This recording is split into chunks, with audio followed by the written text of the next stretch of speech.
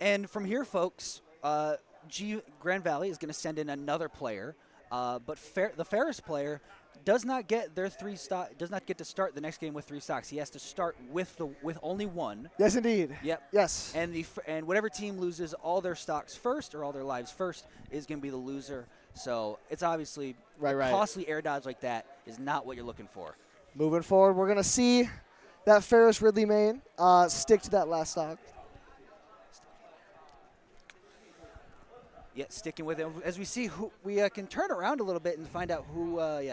Grand Valley, huddle up, deliberating on who they're going to send in next to counteract this. Yeah, a little group meeting, bit of a discussion. Because this is sort of the strategy that goes into this kind of format of Yes. you have one life left on the Ridley, so you have to not only prepare for the Ridley to send in somebody that will be able to take that last life, but also who you think is going to be able to hold their own and take more when Ferris has to send in their next player. Right, and that's what I love about crew battles is the extra layer of strategy and counter-picking, trying to pick a player who has a character that does good against the character on screen, but also the ones that the other team may or may not send out afterwards. It's all about that little matchup play around and trying to find the right character for the right matchup. Yeah, and there's so much mystery with this Ferris team as there's only one returning player from last season with Knight R. And so there's a whole bunch of who does Ferris have now? Like, who are these players? Who do they play? And right now I have the inside knowledge on exactly who they have. I know they have. Right, because you were there last year. Yes. Unfortunately, I actually don't know 3 of these players on this team because there's been that much rollover with the Smash team.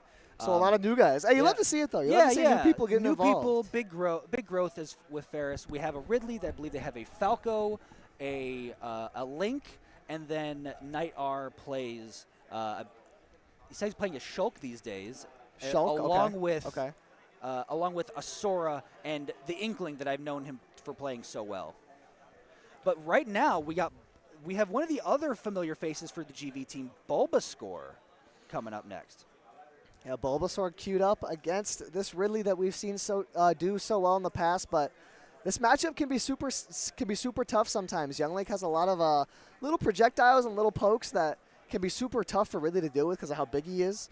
It's super hard for him to avoid all of Young Link's options and ways to approach and threaten you.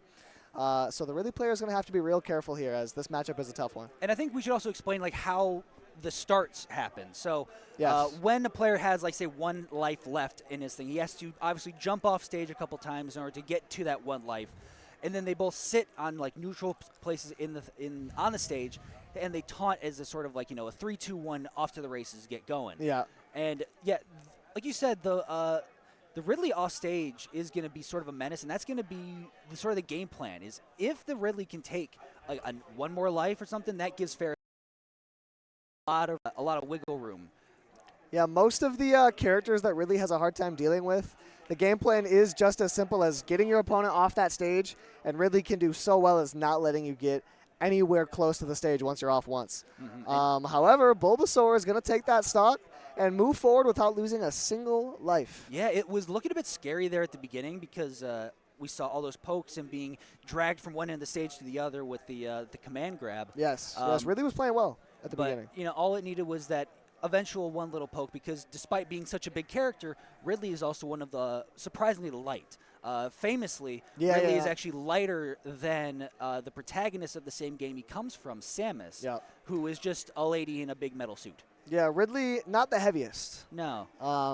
Contrary to what you may believe. Yeah, we do have a lot of schools out here today. We have from all over the state of Michigan. We got U of M, MSU, Ferris State, and GV you see on screen right now, and we also a bunch of other schools from all over the place. Yeah, we also have high schools out here as well. Yeah, as local high schools have sort of picked up esports programs as well. We have Mona Shores, West Catholic, East Kentwood, and Rockford as well. Yep. So we got from all levels, really, from collegiate levels to all the way down to your local high school. It's going to be a good day. Yeah, you may or may not be able to hear them getting excited behind us on and off every now and then. And yeah, good day indeed. It's a nice warm day here in downtown Grand Rapids. A lot of food around.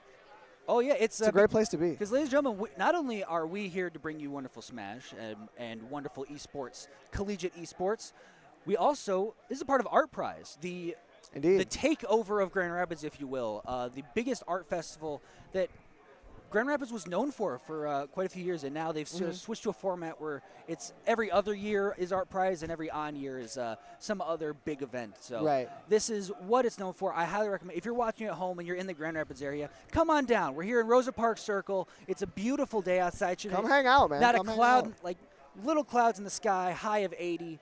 And come see some good art. Come see some esports. And, yeah, come on down. It's a wonderful time. A lot of reasons to show up, man. Grand Rapids in general, a beautiful city. Just came over from stopping by GVSU, meeting a couple friends there. It's a lot of things to do in this area, and we do love it here, but we're here for one thing and one thing only. Oh, yeah, we're here for some Smash Ultimate Baby. We got the next Ferris player coming in, Demax.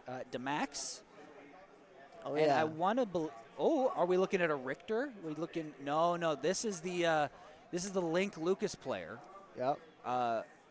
Was talking a lot about the Link before starting up today, and coming in with the Lucas, we're gonna see what Lucas has in it. Now he did confess, he's like, yeah, I feel like I'm the weakest player on the team, so that might be a case for why he sort of put in second to see like, okay, we want to see what you can take, what stocks you can take, because Bulbasaur is known for being probably one of GV's best players, so this is definitely going to be a David versus Goliath matchup. Or a Lucas versus Goliath matchup, if you will. Yeah, Demax perhaps pretty confident in this matchup. That might be why they sent him in early here. Get that out of the way. As he's doing a decent job approaching so far, but so far Bulbasaur has just been pressing the quicker button at the right time. And gets that grab to throw him off stage. Demac working his way back from a big disadvantage here, all the way up to 162%. As Bulba's just holding him above him. Struggling to land here, but good job, shielding, avoiding the F-tilt. That certainly would have killed. Back throw, not going to do it just yet. As we see Demax also going for a lot of these, seems to just be a big fan of down air F smash, but getting clipped with that up smash from Bulbasaur, and now GV holds a one-stock lead. That's going to take it last second for Bulba, who is kind of running away with this. Demax is going to have to focus up a little bit. There's a nice little hit. Looking to take a stock or two here, because that's the thing. It doesn't matter if the opponent looks super confident. If you can sneak out a stock or two, you've done your job in a crew battle format.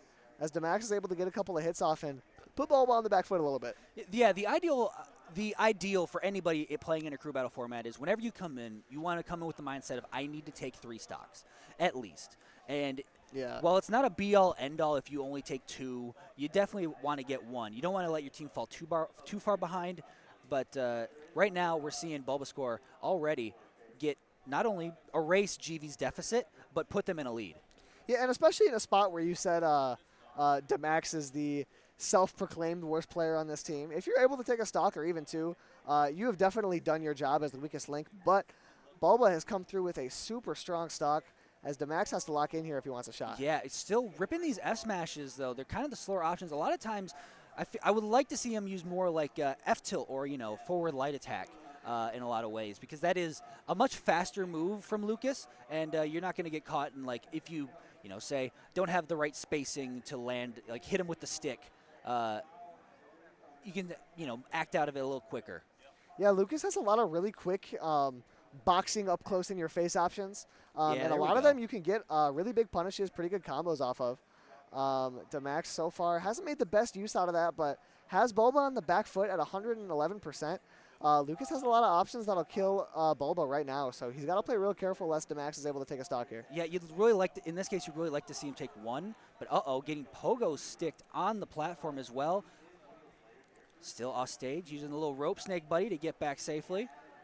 Ooh, the up smash almost connects for Demax. You saw it come out there just for a moment, and he's able to get out of those 2 big swings, stays alive. The back throw sends him off stage. He's going to use that early jump. He's able to catch the bomb of his own, but the up smash is going to take it, and the bomb sends him up just a little bit extra as Demax loses 3 stocks in a row. And just like that, GV holding a massive lead. Full 3-stock lead going forward here.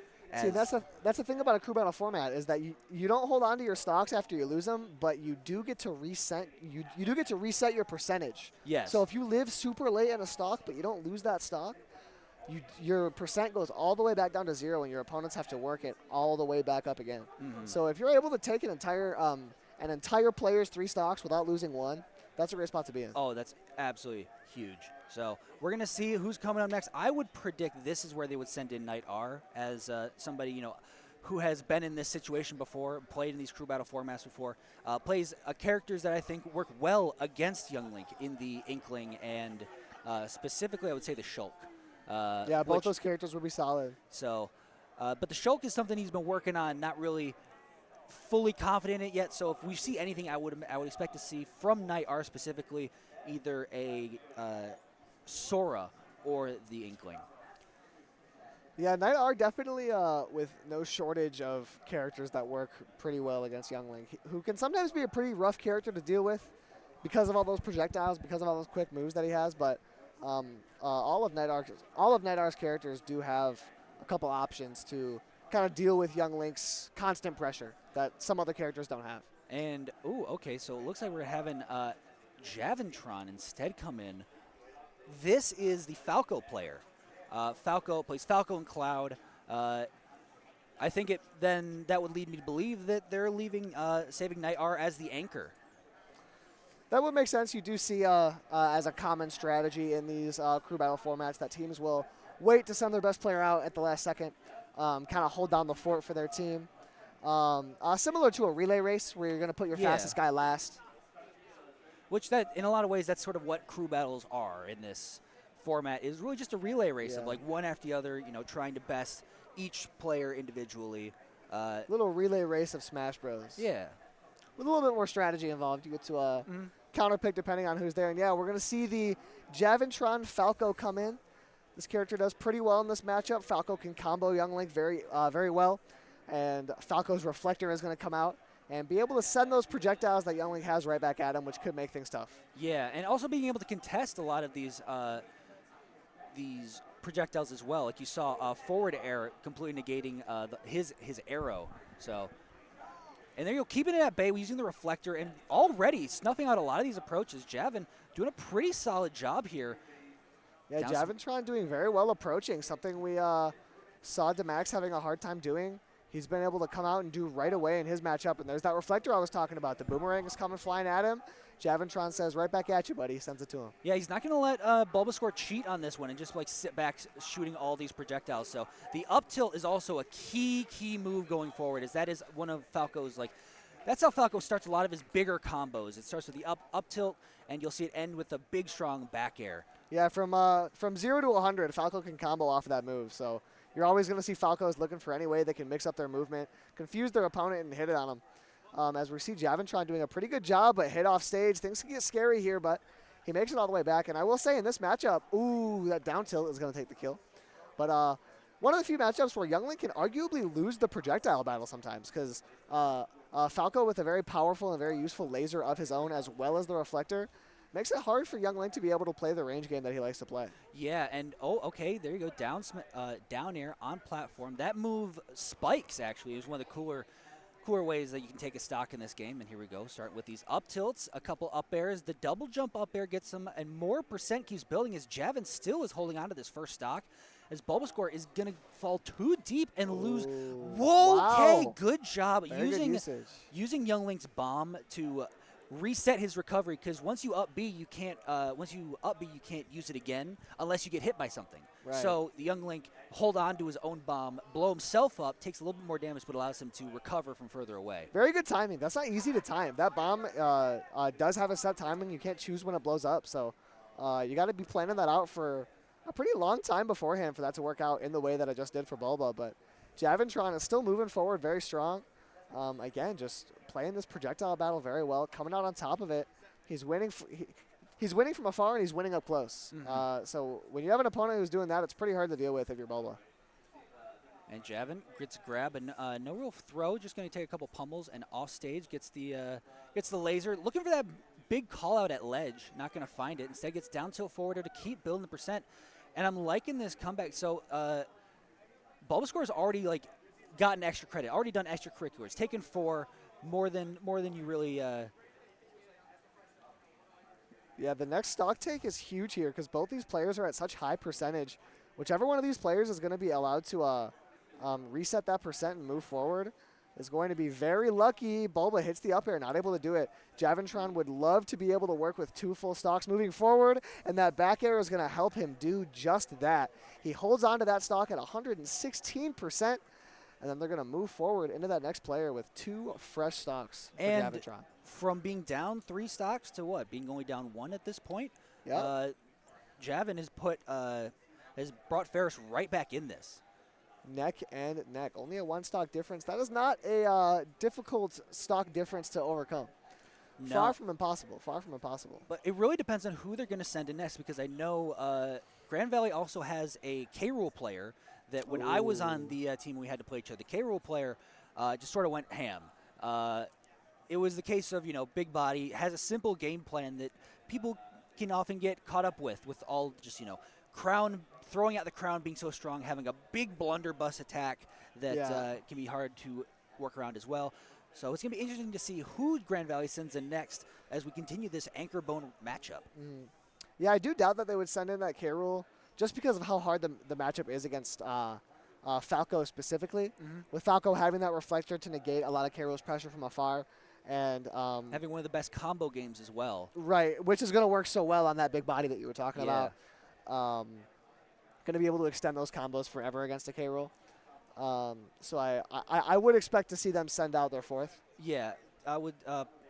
Most likely it would be their 4th, as I think that the K-Rule also lends itself well because it is such a heavy character. Its stocks will last longer than normal, so it makes sense for that to also be like that to be your anchor player as well. Yeah, those heavy characters generally do well in a crew battle format because it's like I was saying earlier, holding onto those stocks at a super late percentage is very valuable. And that's a lot easier to do when you're a heavy character, and it takes a lot more power to knock you off that side. Couldn't have said it better myself. So what was that? Couldn't have said it better myself. Oh, yeah. Sorry, folks. We're having some slight audio issues, so if we talk over each other a little bit. Yeah, it is what it is. It is what it is. Don't worry about it. We still have the wonderful TDMP program out from Ferris. These are the same people that, these are the same people that record and broadcast all the home football games, home hockey games. I've taken classes that was a part of this program as well. Excellent from start to finish. Wonderful people. We love a good broadcasting class. Oh yeah, love a good audio engineering class as well. Oh yeah, learning the works and such. As we see Javentron locking right back in. Kazoo and the Meta Knight. Interesting. Okay, we love a Meta Knight. Meta Knight's a really interesting character. You really have to be careful of Meta Knight's combo game. As sometimes if he's able to get his hands on you, he can take a whole stock or at the very least a lot of damage all at once. And the thing about Meta Knight is that sometimes getting that first hit is a really difficult thing. The moves that he has to use are pretty linear, pretty projected. So he's going to be looking for these dash attacks and these grabs a lot. And then if he's able to hit those, he can rack up damage really quickly, as we already see 61% on Javentron. Something that you'll see a lot from these Meta Knight players is something called ladder combos, where they will, oh my gosh, that looks like Brawl. Ooh. He is playing Smash Brothers Brawl with this tornado, keeping Javentron off stage. But unlike in Brawl, the move doesn't kill that early anymore. So, but he's still going deep off stage. Wow. And Kazoo is putting a lot of this pressure off stage and really not letting Javentron breathe at all already. Down smash as well, sending him from one side of the stage to the other. And that's unfortunate. You worked so hard to put all this damage and all this pressure off stage, but yet you lose the stock first. I was just about to say that's the other good thing about Meta Knight is that he has multiple double jumps as opposed to the common one. So you're able to get off stage and get these deep ledge guards much more often than other characters, but you got to be careful because if you use one of your special moves off stage and don't find yourself back on the ledge before you get to the ground, you're going to fall to your death just like that, as an unfortunate interaction comes off of Kazoo. And Javentron gets a little bit of extra credit, looking to tie up the stock count in this crew battle, and he does just that with the F smash, as both players at very low percents. And I believe that does make it 4 or 5 stocks for Kazoo. That's 5. That's 5 stocks for Javentron. Yeah, Javentron playing very well as that falling nair for Kazoo, who has been playing super well other than that one unfortunate self-destruct. Oh, I love that. Okay, gets a little grab and reads the air dodge to keep the combo going. Gonna use a little Phantom Blade to make it back.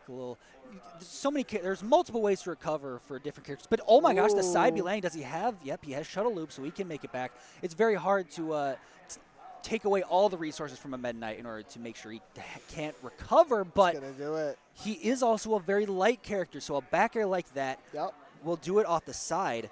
And now Ferris clawed their way back into a lead. Yeah, and that last back air was so pivotal in a time like this because now what that allows is for Javentron to go into his next stock with a whole stock to deal with and one more player, where this last player for his opponent has to take 4 stocks in a row, which is going to be rough.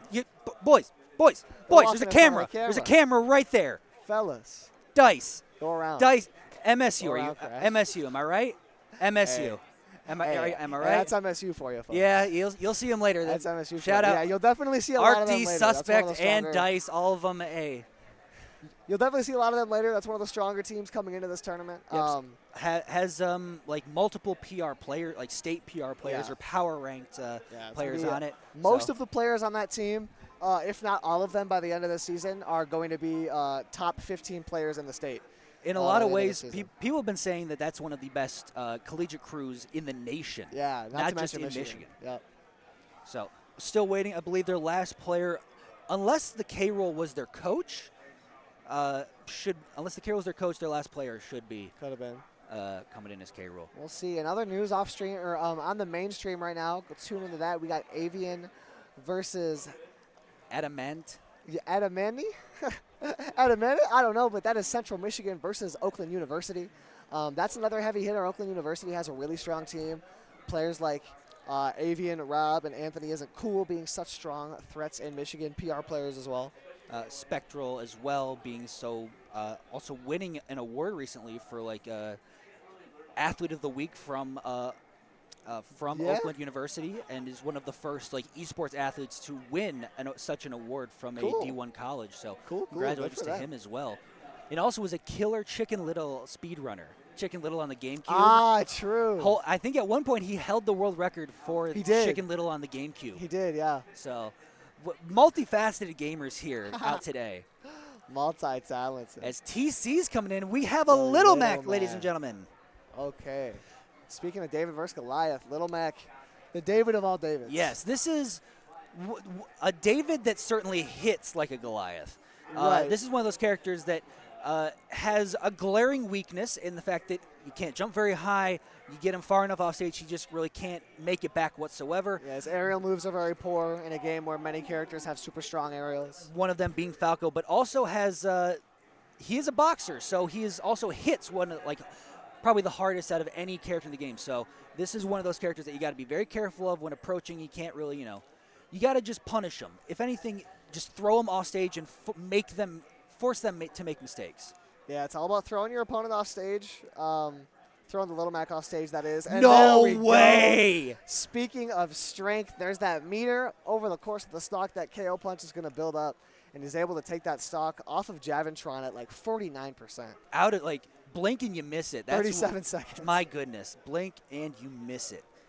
Right, yeah, like you said, the Little Mac meter builds up over time. He takes damage, I think, and then he takes a little bit more damage and he loses it. So, but it is such a strong move, and it can just hit out of nowhere. So you gotta really pay attention to when your opponent has that at their like when it's loaded up. You got to respect him a little bit more and really, can't just be running headlong into the thing. Right, like and with that, we are going to be moving into this last matchup with both players on exactly 3 stocks remaining, which is what you love to see in crew battles. That's what it's all about, is when it really does come down to the wire like that. Your 2 best players duking it out usually. That's when crew battles really start to get exciting, is in these last few interactions. You got your whole teammates watching you. Things can get intense, and that's what we're here for. We're going to see if this gets intense. Intense just like us. Oh, yeah. We're intense. Oh, yeah. Oh, interesting. Yeah. we are intense. I'll be here all day, folks. Yeah. I'll be here all day. Good joke. Good joke. Clap it up for that one. Big Max ups. and Moose, everybody. Big ups. All right, we'll see who we got up next. Now, the last one should be Knight R. Yep, that's yeah, it is Knight R, as you were talking about.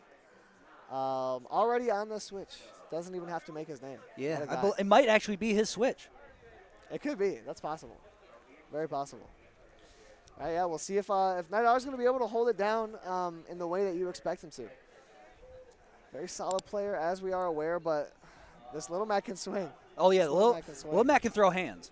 So it's going to be interesting what character he actually goes with here. You would think the Sora, in a lot of ways, is going to be able to make it off stage. You want somebody that is going to be able to easily get Little Mac off stage and really keep him there. Because the longer he's there, the less likely he is to make it back.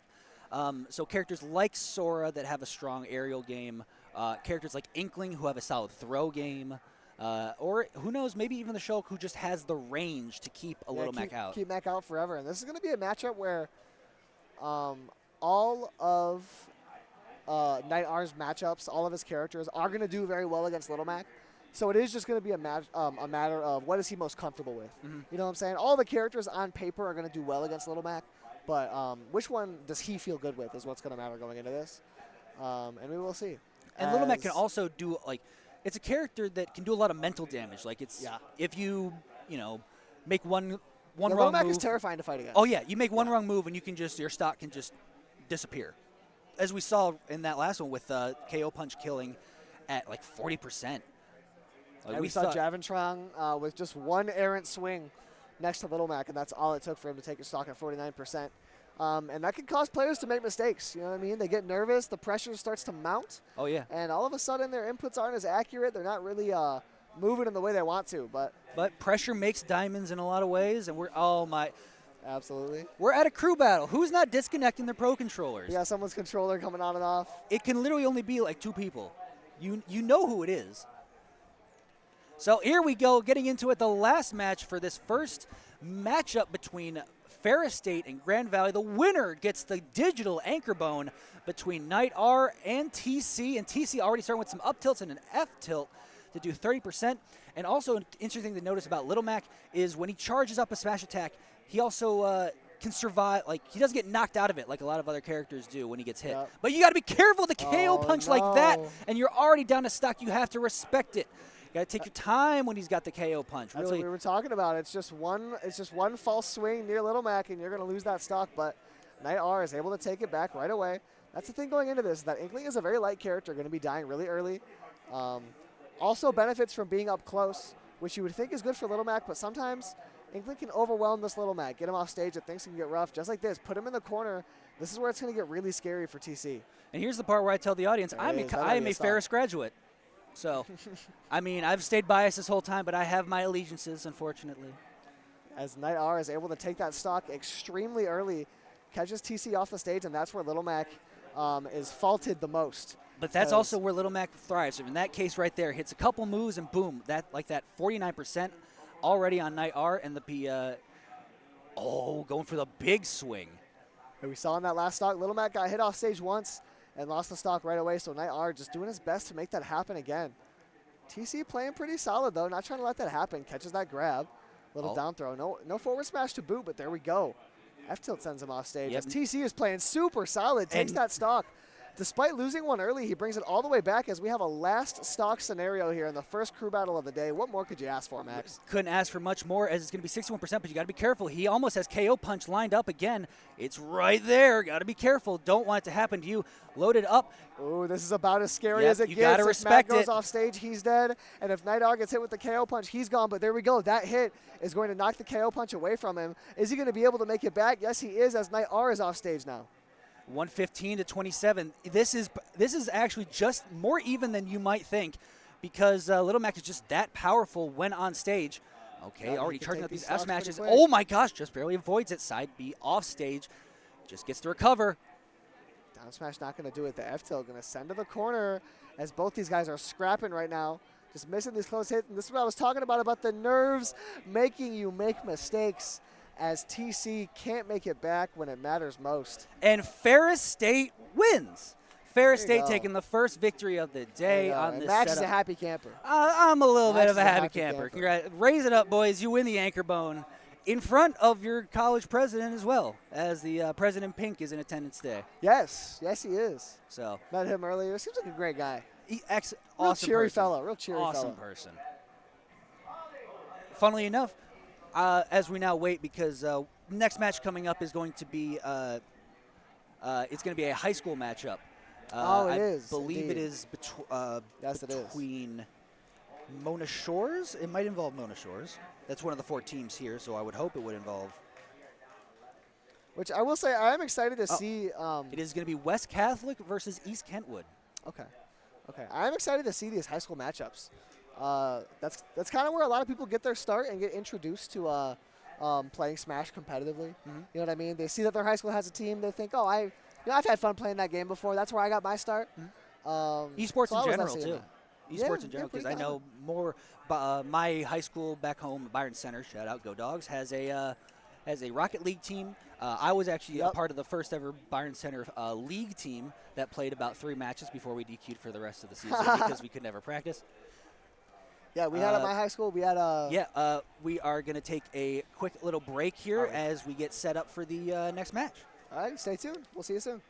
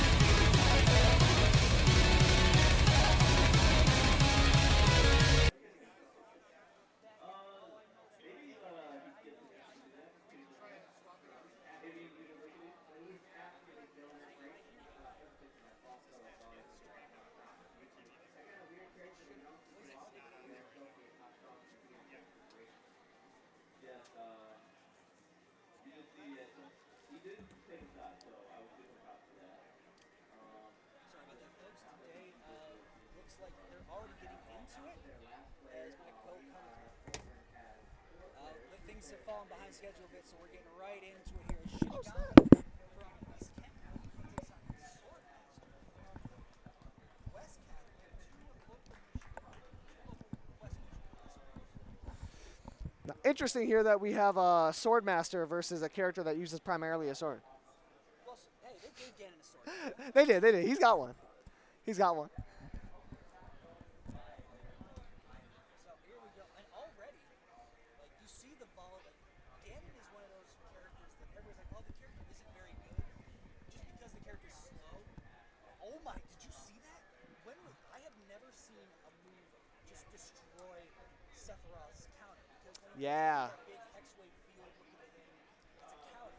But Ganondorf's forward smash is so strong, it just destroys it. Too strong. It went right through it. Is everything plugged in for your headset? I can hear him still. He still cannot hear me. So, sorry about that, folks. Still working on some of these audio issues as Shinigami. We're down here to a last stock situation to open up, but it's going to be the Solar Flare, and as East Kentwood is going to take a nice little one-stock lead. That projectile extremely strong. It's very slow, which is the downside, but if you ever let that get anywhere near you, it's going to blow up your stock, as Swordmaster proves to not be the biggest master in this matchup. Yeah, it's, some swords are just a bit too unruly, and the big old Sephiroth sword is one such weapon. Massive. Very hard to deal with, as most characters, not to mention one as slow and with such a big body as Ganondorf. So I do have all the tags for all the players on West Catholic here. So they have Swordmaster Epic 17, Azip 42 or Pizza Backwards, and then Skittles. Skittles? Not Skittles that you think of. No, Okay, funnily enough, it's spelled. She spells it the exact same way. Really? And I had to inform her like, hey, you're not the only one. So that's pretty cool. There is for those at home who may be unaware, there is I want to say Nebraska #1. Yes. His name's Skittles. Very solid player from Nebraska. I sometimes confuse Skittles with colonies, but that's neither here nor there. Yeah, I do neither too here nor there. sometimes. So, and these two schools go at it time to time with their football. A lot of local football rivalries being played out in the esports space here today. It's an interesting battlefield to see these matchups take place on. Very, very opposite from the typical one we see it on. Mm-hmm. This is about as far from football as you can get while still being competition. Exactly. And we love it. We absolutely And do. we love it for that. No one's getting hurt. No one's getting injured. Yeah. Oh no my one's god. getting in fights usually. Generic name tags. Oh my gosh. When was the last time you've seen this? Hey, not often. I respect it though. I respect it. You use default controls, throw it in there. Yeah. So Means you don't have to go all the way back to the main screen. Skittles with a Z. Skittles with a Z. And we got a Bayonetta player, too. Okay, we like Bayonetta around these parts. We do. Yeah, Bayonetta in this matchup is going to do pretty well against Sephiroth. Has the movement and the mobility to get around that sword and the moves to combo pretty effectively. Is pause turned off? There's been a mistake. There's been a mistake. This, for those who may be unaware, this is not a legal stage to play on. This is not they can't really. We have a set stage list as well. Smash Ultimate is a very large game. There are many characters, there are many stages to play, but for a competitive format, in order to keep the playing field as even as possible. Yeah, not all the stages make sense. Yes, we only play on a select few of them, and unfortunately, the Mishima Dojo is not one of them. As fun as that may be. Oh, it would be incredibly fun. People bouncing off the walls, bouncing off the ceiling. Fun for a spectator, for sure. Oh, yes. Maybe not a player. Yeah, players, we're a bit more picky with where we like to play our games. As we're going to PS2, the well-known as the gentleman starter. Yeah, just the most even so stage. Yeah. Very neutral. As they're getting right into it, Shinigami obviously on his last stock. Yeah, Shinigami is going to even up that stock count as we're going to get right into the action. Skittles start swinging. And this is going to be a rough matchup for Sephiroth. A really big body, Bayonetta has a lot of great combos, and Sephiroth is going to fall prey to those very often. But a couple of up smashes in a row work out very well for Shinigami here. Yeah, and Sephiroth, the sword has a special zone within it called a sweet spot that is going to do more damage and deal more knockback when it hits. It's not the front, it's not towards the handle. It's a weird zone, like sort of right in the middle of the sword that's going to do the most. But okay, down air to take it, and another up air off the top, and Shinigami's already taken 4 on the day. Yeah, Shinigami moving steady in what seems like a bit of a rough matchup. He's doing a really good job kind of forcing Skittles to approach awkwardly and making things pretty rough. As we see a couple of moves trying to connect here for Skittles, but not quite. Shinigami is able to box out. Another big F smash just landing, and that was the sweet spot I was talking about, and see how much it can do. We finally got it. Oh, yes, sir. We're in business. Here we go. Technical issues resolved. We are back. As Shinigami is taking 5 and looks to keep rolling as Skittles falling into the bit of the trouble that Bayonetta has been having recently. Sense being one of the strongest characters, being the strongest character in Smash 4, has been downgraded quite substantially in Smash Ultimate. Taking any multiple of 3 stocks past 3 is a monstrous feat in crew battles. Being able to take multiple players out by yourself. Shinigami isn't going to be able to do it, though. Skittles lets that forward smash rip at the very end of the game and takes that stock, bringing the school back just a little bit closer. Yeah, just a little bit closer. A little closer. Still a pretty sizable lead for East Kentwood. Yeah. We'll see what Skittles can do in terms of coming back. All it's going to take is 2 stocks to bring this back to a very close, very even game. And that's a very doable number. As we wait to see the next one up for East Kentwood, Bayonetta in this game much more selective, unable to really carry you off the top and just sort of delete your lives at, like, say, at very low percents like she could in Smash 4. Yep. In this case, more you're going to see slowly build up until they try to get to that zone where they can land a move into, say, a back air, or they get the big smash attack. So much more selective. Still can be occasionally nearly as explosive as we saw her in previous titles. Just, as you said, a bit more selectively, maybe character dependent, maybe depending on what stage, where you are, whether you're off stage, that type of thing. As we see Captain Bat coming up to face off against this Bayonetta that we are fearing so much right now. A lot of Pro Control use today. It seems like the next generation of Smash players is really preferring to go towards the Pro Controller way. And hey, I mean, as a student, it makes a lot of sense. That's a lot cheaper. A nice, solid GameCube controller can be pretty expensive, especially with all the modifications that really solid players like to get. Pro Controller is going to net you about 60. Yeah, and there's not a lot too of bad, not too bad. I mean, it's nothing like, and plus, having a Pro Controller means sometimes going to a tournament is as easy as just throwing your controller in your back pocket, grabbing a cord to make sure it doesn't run out of battery. Yep, it is. Even Ferris players. First we had MSU walk in front of the camera, then we almost had Mona Shore's player, and now Ferris's own Jevin, who freshest Falco on the scene, played a great game, almost walking in front of it too. Nobody's immune. Oh man, we gotta have a bodyguard standing just outside of the camera. Yeah, we gotta have somebody just standing like, hey, don't walk in front. Should have brought one of the Ferris State football players. Absolutely. They might be playing today though, so probably not. Oh yeah, dang. We could get a red shirt offensive lineman though. You got like a third stringer. yeah, I'm sure they do. As Freudian slip there. We got a Kazuya play. Now Kazuya, one of the last characters added to the game, and already being widely regarded as one of the strongest characters in the game because able to do a lot of the similar things that Bayonetta was able to do in Smash 4, and that is make your stocks disappear before you even really know what happened. As with a grab and a couple hits, we're already seeing 97% on Bayonetta. And as surprisingly light character, that's a lot.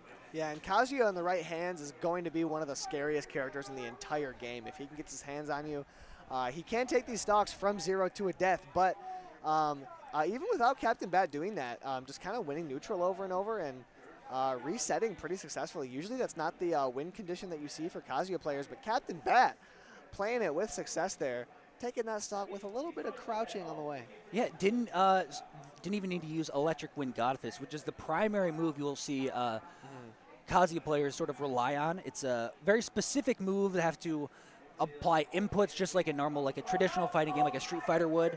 And it's a very difficult input to say the least. yeah, but once you have it in your fingers, you can do it consistently. It is so powerful because it'll freeze your opponent in place essentially and allow you to loop strings and do a ton of damage. And that's sort of the crux of what allows Kazuya to take stocks from 0 to gone. The other thing that makes it so scary is that despite the fact it's not a very big move, it really only it's a bit of a short uppercut. It only covers right in front of Kazuya, but it has super armor on it. So you can't just hit him out of it. You can't just swat him away.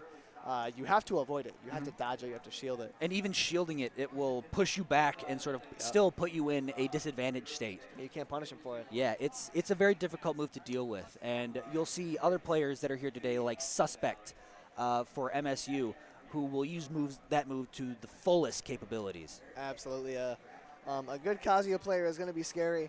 And even one who can't quite do those inputs. Some of Kazuya's base moves without all those difficult inputs and complicated sequences are going to be very strong in and of themselves. Oh, absolutely. As we saw just now with Captain Bat using a lot of those very effectively. It was like, what, one grab and a couple like up tilts and boom, you're at like 70%. And there's characters like, also in this game, like Sheik, that can use one move to carry you across the stage and back like 15 times and only do like 15%. So the damage gap that Kazuya can deal is astronomical, to say the least. Yeah, and that kind of damage output is so scary, especially if you play any character that doesn't have great tools to deal with Kazuya from afar. There are a lot of characters who can pretty effectively stay out of Kazuya's scary range. Kind of Kazuya's here, you can kind of float around in this area. But if you don't have a good, solid way to pressure Kazuya from a distance, he's just going to march forward until he finds that opening. Yeah. So that does lead me to wondering who we will see next against this Kazuya. If you watch the UFC, the Sean Strickland approach of just walking you down and just like, what are you going to do? I'm going to keep walking towards you if you can't like deal with me from far away. Not to say the Kazuya is devoid of weaknesses. The character is also quite big, quite slow. Yeah. It doesn't deal with speed too well. Doesn't deal with projectiles. Not the best off stage. Can get overwhelmed quite easily as well, and depending on how fast the character is, the opposing character. For sure. And recovery options as well can be quite linear in sometimes. Yeah. And despite having a very high recovery, a lot of the times if you are forced to go directly up and your opponent knows what they're doing, knows the way around their character, they're going to be able to get under the stage and knock you off, keep you from getting back to that ledge. Despite the strengths of Kazuya and that up B being so strong, able to take stocks in and of itself. You saw a moment ago, or you heard rather, mayhaps people yelling behind us. These schools are getting excited. They're getting some close matches in, and reasonably getting amped up a little bit. And again, that's what I mentioned earlier. That's what it's all about. And it does sound like we might be hopping off here and doing a little hot swap here and giving you people Wilf and Adorable Knight. Yeah, we're running behind. It's still West Catholic. Oh, don't worry about it. You guys finish that up. Okay. You sure? Yeah, they're doing commercial. I mean, this match is scheduled to go until 11:30. So yeah, we went quick. It was a quick game. So how we doing? And also, y'all keep walking in front of the Even our own crew. Even our own people. They're working the same event we are. Hey, you're not the first. We need a big you're one red of like light. 10. I know, right, it's great. It is. Is the man with the trophies is going to do it too. That's okay. Everybody. Hey, it's just to show you, this is a lively lively event today. There's people from all walks of life moving around. It's good visuals. Really emphasizes how many people are here. How many people are kicking it in Rosa Parks Circle? Yeah, or Rosa Square? Parks Circle. Okay, I wanted to say Square.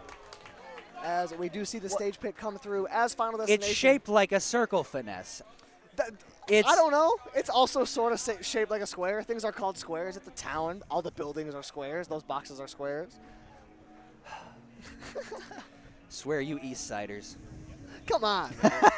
Come on. I'm messing with you. As we have coming up next, as Zip 42 or Pizza spelled backwards, coming on with the Ness. And Ness is one of those characters that is capable of like pressuring Kazuya from a distance with with his massive projectile game. with the PK fires up. But taking a Kazuya to FD is not what you want to do. Yeah, this stage for Kazuya can be very hard to deal with as the opposing character. One of the strongest tools that a lot of characters have to deal with Kazuya's pressure is running away, hiding on those platforms, because Kazuya doesn't have the fastest or the best options in the air. And typically, especially Ness, is going to get extreme mileage off of sticking to those platforms, kind of running around, staying away from Kazuya. But on this stage, that's going to be really rough to do as we see an unfortunate series from Azip, who loses that stock early, and a 0 to death for Captain Bat. And, Azip's still in high school, probably hasn't, I don't know where they are in their high school progress, but, maybe some geometry classes, trigonometries in the future. Might not have the angles down just yet. Angles are difficult. They do. I remember days of trigonometry, like, wait, what do these numbers mean? But already coming in a bit of a rough first stock as the rough second stock is continuing, with Captain Bat still putting on the pressure, and just give him the boot. And you saw there one of the things that kind of helps Kazuya deal with that distance pressure. One of his moves, his forward tilt, is going to reflect projectiles, which can make it a little bit more difficult to kind of wall him out in the way that many characters can, which is good for Captain Bat, as he is moving very strong right now. And already using the comeback mechanic that Kazuya has as well. When reaching 100%, gets a super-powered special move, but oh my gosh, there you go. The normal God Fist to take a 3-stock. It's going to do it. From Azip. A little bit of disrespect there coming through as well, showing off the crouches. Getting his head a little I bit. definitely think that was a case of they were trying to do God Fist, and they might not have it under the fingers entirely yet. Yeah, they were trying to do the inputs. It's like when you play Street Fighter and you see like somebody is. It's like when you play Mortal Kombat and somebody, you just see they're messing around in after they this, and then they just hit you with the high punch, and it's like, wait, what were you? I was trying to do the fatality, and I mess it up. Oops. So can you imagine seeing that in like real boxing or real fighting? You have someone dazed and just. I couldn't imagine in real boxing somebody just standing in the center of the ring like dizzy, like a punch out thing of and somebody else is sitting there just like and they're just like, are you loading up a special? What do you hit? Just and those inputs are hard sometimes, man. Yeah, they are. It's very precise too. You also have a specific time frame. Like it's a you can't just do the inputs and then press the button to get the electric. You have to do it in a specific order within a specific time frame to get the electric. I can't do it. I can't do it either. I tried. I got maybe a couple, but I could not get them. It's like when I try to play Melee. I can't wave. I can wave dash once. I can't wave dash one of the stage to the other. And you can't incorporate it in your movements. Yeah, no. It's like when after you take a stock in Ultimate and you do a fancy little movement thing on the platforms just for funsies. That's what I always do. If nothing else, but to keep my hands warm. Yeah, you know what I mean? I just kind of spam a button real fast, just kind of keep my hands moving. Because that's the other thing. Me personally in this game, if I'm in a high pressure scenario, I play better because my hands move faster because I'm jittery. Oh yeah. You know what I'm saying? So I'm pressing buttons faster. Well, that's why, and that's when I stand up from a set or I'm done playing. I'll stand up and I'll look at my hands, and without fail, my hands are always yeah, a little bit shaky, a little bit shaky. Yeah. You wouldn't be Gushi. You wouldn't be the first. You wouldn't be the last. Ladies and gentlemen, this is Gushi. This is the person. Running the mainstream, the legend. Yeah, running the mainstream. You can, though. Yeah, it's we've had people walking from. We had MSU. Behind the stage, all he's this doing the magic. He's doing the magic. You would. There's a camera pointed right there. Wilf and AK both did that, and we're just standing here talking to us in the middle of us you wouldn't be the first, you wouldn't be the last. This is the person that is running the entire mainstream. MSU team. And Gushi is, in my opinion, the best in the business for running and streaming. Does a lot of work. Streaming Midwest events. I'll see y'all soon. See y'all soon. Yeah, you will. You will. You will see us with that beautiful man over there on the mainstream at Gushi Gaming. Right after we finish up this crew battle here, we have Epic the K. Rool versus Captain Bat the Kazuya, who has yet to lose this stock. Yep, Epic 1-7. And oh my gosh, dropping shield. But here, this is sort of that K. Rool stuff we were talking about earlier. The crown, it acts like a boomerang, so it hits you once on the way out, hits you once on the way back, and a lot of times that's sort of what these K. Rool players will sort of bench on as starting a lot of their combos. Yeah, the good K. Rools will be able to use that crown to combo off of when it hits the opponent coming back. you can use that hit to use another one of K-Rool's aerials and get a whole lot of a punish off of that. But not needing any of those shenanigans here, as Epic's going to hit him with the forward smash. You know, glove. if at first you don't succeed, try again. I think there was about like 3 F smashes in a row, and eventually, you know, the dash back got him. Yeah, Epic threw out a few in a row as Captain Bat moving again. On those crouches, the down air not going to do it, but there's another one. Captain Bat threatening. And even more so beyond just throwing the crown and having it be a combo starter, when K-Rool does throw the crown, he gets super armor, so you can't really knock him out of that animation as well. And that's also another key to that K-Rool players really because you have to walk up. You have to walk up and grab him, which is a pretty slow option. You have to get all the way up close to him, so it's scary. A lot of players don't even go for it, and it's one of the longest super armor moves in the game. It just lasts forever.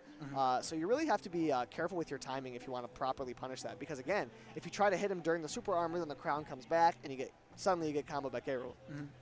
And another thing is what we call a tomahawk grab, which is basically just you see that coming, and you just like full hop, jump over them, turn around, and grab them.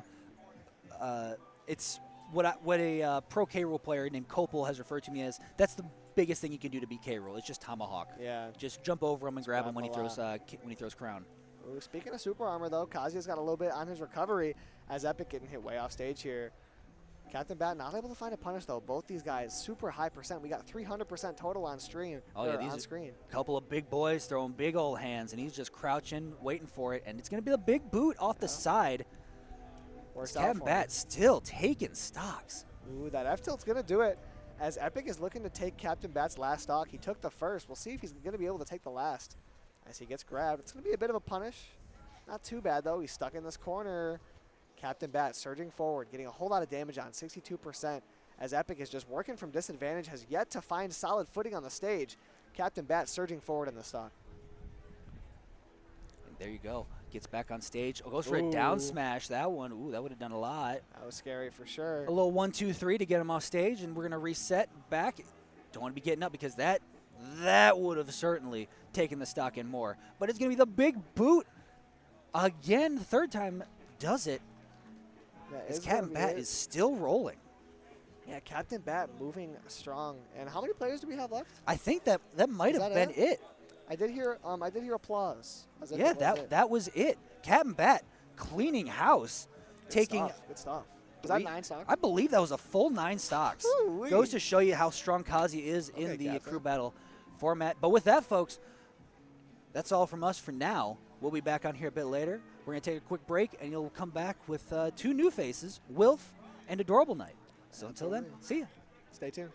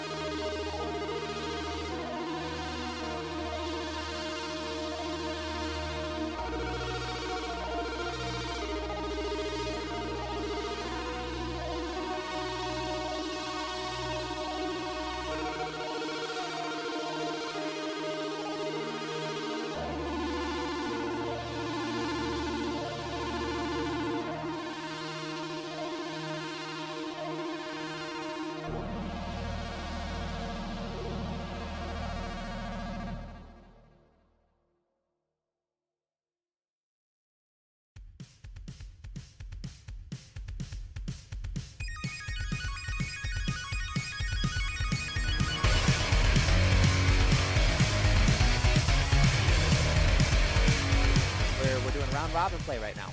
Yes, we are, for the esports kind of realm in the world. Do you know who we are commentating for? Yes, and I could tell you in a second because that's what I was looking up right here. Because, yeah, that would be nice to know. We got Rockford versus East Kentwood. Rockford was earlier on the main stage. East Kentwood we have yet to see play yet. But yes, Rockford looked pretty nice today, honestly. They had a 8-stock lead against West Catholic earlier. Looking pretty strong. We only saw 2 of their players so far, so hopefully we'll get to see more. Absolutely, and you know what? The players that we did see were strong, as you mentioned. Yes, it looks they like were. They go to tournaments outside of the high school. It's very strong outplay. Now, East Kentwood, a very big high school themselves as well. I know they've had an esports program for quite a couple of years now. They're going to come in and try and say, hey, Rockford, we saw you on the big stage, but we're going to come in here. We're going to beat you on the side stage. We're going to prove to you guys that we want to be here just as much as you and showcase our talent as well. Yes, they are. And it looks like, actually, was their leading person for Rockford right here, Luigi Man. He played Cloud and looked pretty decent, honestly. He took a lot of stocks. He took, I believe, if I'm not mistaken, he took 8 stocks total in that first round. And if you guys don't know, anyone broadcasting in, this is a crew battle of 4 teams, or 4 players per team. Yep. So there's a total of 12 stocks. Each character has 3 stocks, or each player has 3 stocks, and the goal is to wipe out every player on the opposing team. Any stocks you have left over after a game get moved on to the next game. So yes, it's a big brawl between 2 heavyweight high school teams in the West Michigan side, and we're going to get right into it as Shinigami versus Luigi Man is the first round. Cloud versus Setharoff. Just like classic matchup in their original games. Original games, and you know, last time I checked, Setharoff is a little bit stronger than Cloud. Now, obviously, Cloud wins, but yes. Actually, Shinigami actually choosing the shirtless option for Sephiroth. Off to a great start already, as you see Cloud get that upbeat off stage, and Setharoff just trying to gain as much percentage as possible as he gets that neutral beyond. Yes. So far, looking pretty even so far. Ooh, trying to get a early stock right there. I don't think it would have killed, but it would have been pretty close. Both opponents try to up smash the opponent to get that read. And, you know, one thing I noticed about Luigi Man the last time he played on the main stage, he's going to take his limits, and he's not going to be afraid to use it right away as he tries to hit people. But Shinigami, yeah, for sure.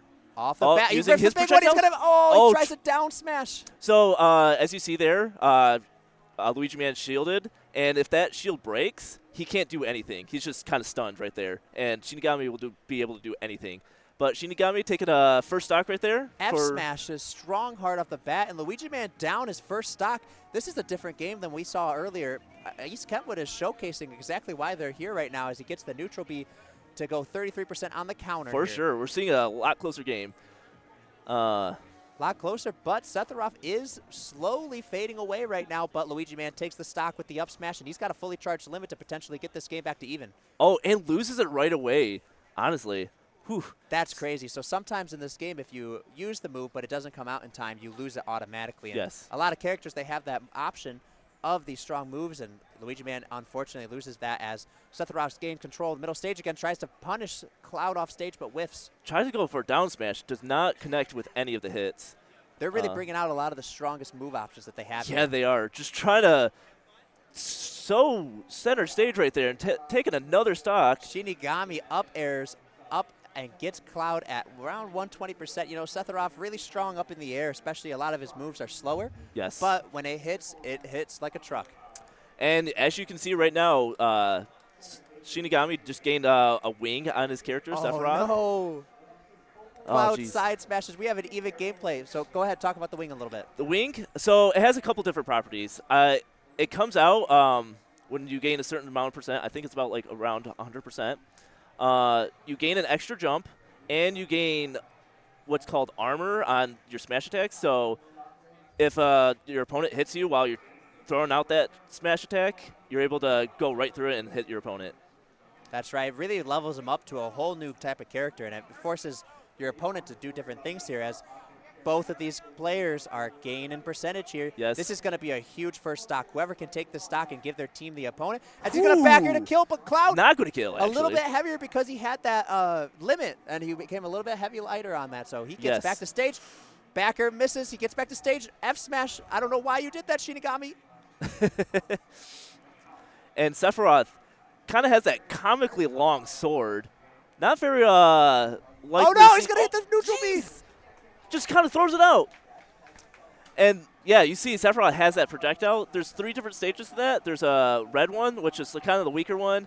Blue one goes a little bit further, a little stronger as well. And then that third one has a huge explosion, as you saw earlier in that game. That kind of, like, destroys your opponent if it hits. Unbelievable read. Basically, what Cloud tried to do is he tried to get down to the center stage and air dodge to not get hit. But, as you mentioned, that blue, I don't know what the name of it. Blue energy orb. That lasts it lasts 2 classrooms at a high school, basically. Classrooms. So it was unbelievable. Luigi Man, unfortunately, out right away, not able to take as many stocks as he did the first match, but Shinigami really showcasing some really big talent. And, you know, as I mentioned in a crew battle, that's really important, taking that last stock, because he was at 90%. He's back down to 0. He has a whole stock to work with and potentially get that team a lead for East Kentwood against Rockford right here. And so, yeah, he starts out with one stock, maybe getting a bigger lead for his team, East Kentwood. Honestly, I like it kind of close. This is kind of close match so far.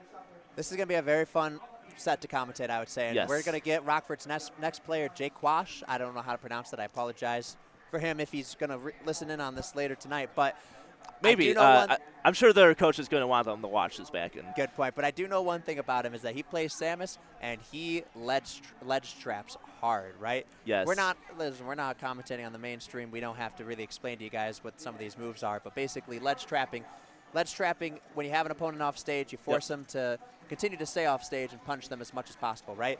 Yes. And Jay Quash is good at that with Samus. Yeah.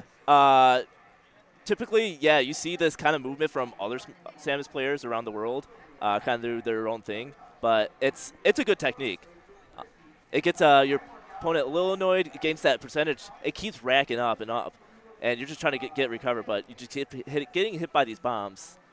They're very frustrating, and when you have that charge shot that Samus is slowly going to charge up, it's scary to try and get back to center stage. Yes. But you know what's nice for this matchup, and Sephiroth specifically for Shinigami, is that he's going to lose his first 2 stocks right away. And depending on how far of a deficit you are in game-wise, you're going to gain wing at an earlier percentage. Yes, you are. So he's going to be down 1 stock to 3. He's going to gain this wing pretty early on, and he's going to be able to take advantage of that as much as possible and be able to use the advantages of that to potentially steal that first stock. Yeah, it would be hopefully a pretty close match so far. He has also Shinigami has that really long sword, so he's able to kind of hit through all these projectiles that Samus is going to be throwing out. Absolutely. Keep center stage a little bit. Actually, they'll probably just kind of poke at each other a little bit. Mm-hmm. Absolutely. Does Sephiroth have any moves that block out Samus's fully charged shot? His forward smash might be able to. Sephiroth also has a counter. He has that kind of big shield that kind of comes out. Okay. If you get hit by that after your opponent hits that shield, it's a devastating hit. That's a very good point. That counters basically however strong the move is that hits it, deals more damage and multiplies it. So that's definitely scary if you're thinking charge shot. Now, obviously, they could throw it out and you could be very far away and you not get hit by it. But if you are close and Sephiroth hits you, oh my gosh, I could expect Samus to die at 60%. Yeah, especially if he uses that off stage, honestly. Absolutely. So I've seen it plenty of times before, killing it like as low as like 20%. Mm-hmm. So we'll be getting into this second game right here. Rockford currently in a deficit to East Kentwood, who has 10 stocks to 9 as of this moment. Yep. So we'll see exactly if they're able to curve that, if Jake Quash can go in and steal that stock back and make it an even gameplay here. But either way, it's going to be pretty fun to watch. So let's see if these players will get into it soon. Yes, hopefully. Oh, here we go. Shinigami's back in, or Jake Quash. The rule set for this specific setup is that we are doing a 7-minute timer, which means that they're going to start right away as soon as the stocks are out. Yep. If there, for some reason, does go down to the final timer, it is going to be whoever has the most percentage or the most amount of stocks wins. If they have the same amount of stocks, lower percentage wins, and then it's going to move on from there. But it looks like they might have picked the wrong stage. We were going to go PlayStation 2. Or not. PlayStation 2 on the Nintendo Switch. Yes. Nope, I meant Pokemon Stadium 2. Oh. Yeah, in the community, we kind of call it PS2, and PS2 sometimes is referenced as PlayStation. So True, but we are going to Hollow Bastion as well. Hopefully the music is different, and we will Honestly, Sephiroth's kind of home stage. He's kind of in that kind of game realm. You know, Shinigami does get to pick the stage, so maybe that's why he picked it. He's thinking himself, get that little home field advantage here as they go into it. But Yeah, maybe he Shinigami enjoys did the music. not lose his stock here, and they're going to most likely reset here. Oh, kind of made a mistake right there. So Because Shinigami was supposed to lose 2 stocks right there, but they kind of started playing right away. Get a little antsy. It happens all the time. Not a big deal. They're just going to restart here, and Shinigami's going to lose his first 2 stocks. Yep. Luckily, these latest consoles are pretty quick to boot up the next game, so That's hopefully it right, won't take too especially when we go to PlayStation 2, right? long. I make one mistake, and then I'll never hear the end of it. It's friendly banter. We'll get back at it. So here we go, game 2. Again, East Kentwood up right now 10 stocks to 9 against Rockford. Shinigami going to lose his first 2 stocks here, and we'll get right into it. Like I mentioned earlier, he is going to gain that wing at an earlier advantage. Yes, he is. And that's going to help him attempt to potentially get 1 stock off Jake Quash, who's going to very well just stay away from the action and throw out as much moves as possible as we get into it. Yep. I can see both players honestly kind of hiding behind the platform right there in the middle. Kind of makes it so that your opponent can't approach from above. Absolutely. And instantly you see that charge shot already make a big impact against it, and wing is out at 40%. Tries to take an early stock right there, honestly. It would have been pretty devastating. It was a great attempt, but you know what? Jake Quash just really forcing Sephiroth to stay off me, say, hey, I got options for you to push off me. I can up B off stage. Ooh. I could throw out my charge shot. You're going to have to be a little bit smarter if you want to come in and take a stock from me. Yes, just a little bit. As you see, it just is not working, though. Shinigami already up to 93%, but you can see that counter, as you mentioned earlier, bring it back to 109 to 93. Yep, maybe Shinigami will. Oh my gosh, Jake Quash didn't have a jump. Nope. Maybe he had a jump and just never pressed the jump button. I don't know. Who knows? But Shinigami is saying, thank you for the stock. Can I have another? As he tries to get to 36%, the up throw is not going to kill yet. Yeah, that is a pretty good kill move, honestly, for Samus. It kills pretty early, so I can see why they threw it out. Up air is going to take the stock, though. Jake Quash gets it out, but Shinigami gets the job done. Brings East Kentwood up a stock against Rockford. And we got a game ahead of ourselves. Yes, we do. This is looking into a good little pretty battle. Intense. You know, we haven't seen anybody outside of Jake Quash because the first set, it was just him and Luigi Man that took all the stocks earlier, right? But yeah, it was very strong showing already. You notice if he didn't take that stock, let's say he didn't suicide by accident there, right? There's a solid percent that this game would be tied right now. And I think his team, this is going to be a big mistake later on, right? You might not notice it now. You think, oh, it's just a stock right now. That's not how crew battles work. Every stock matters, right? They do. So you have to be critical of each stock that you have. Yeah, you want to definitely take that advantage when you can, too. Absolutely. In these crew battles formats. Yep, so we'll be getting into our next stage here. East Kentwood, not sure exactly who the players are, but it looks like, oh, you know what? East Kentwood played on the side stream already, so they have all the characters' names in here, so it'll be a little bit quicker. They have their character names. We have not seen East Kentwood yet, so we have no idea who they play and I know what I kind just of players. Said that. I must have been wrong because he's putting in his thing right now. We got it was a striker. Striker. Yeah, don't know what character you play, so interested to see what happens. You having fun so far at the tournament, though, AK? Yes, having a blast, honestly. Can't wait to see more action later today. So far, this is round robin, so everyone plays each other once.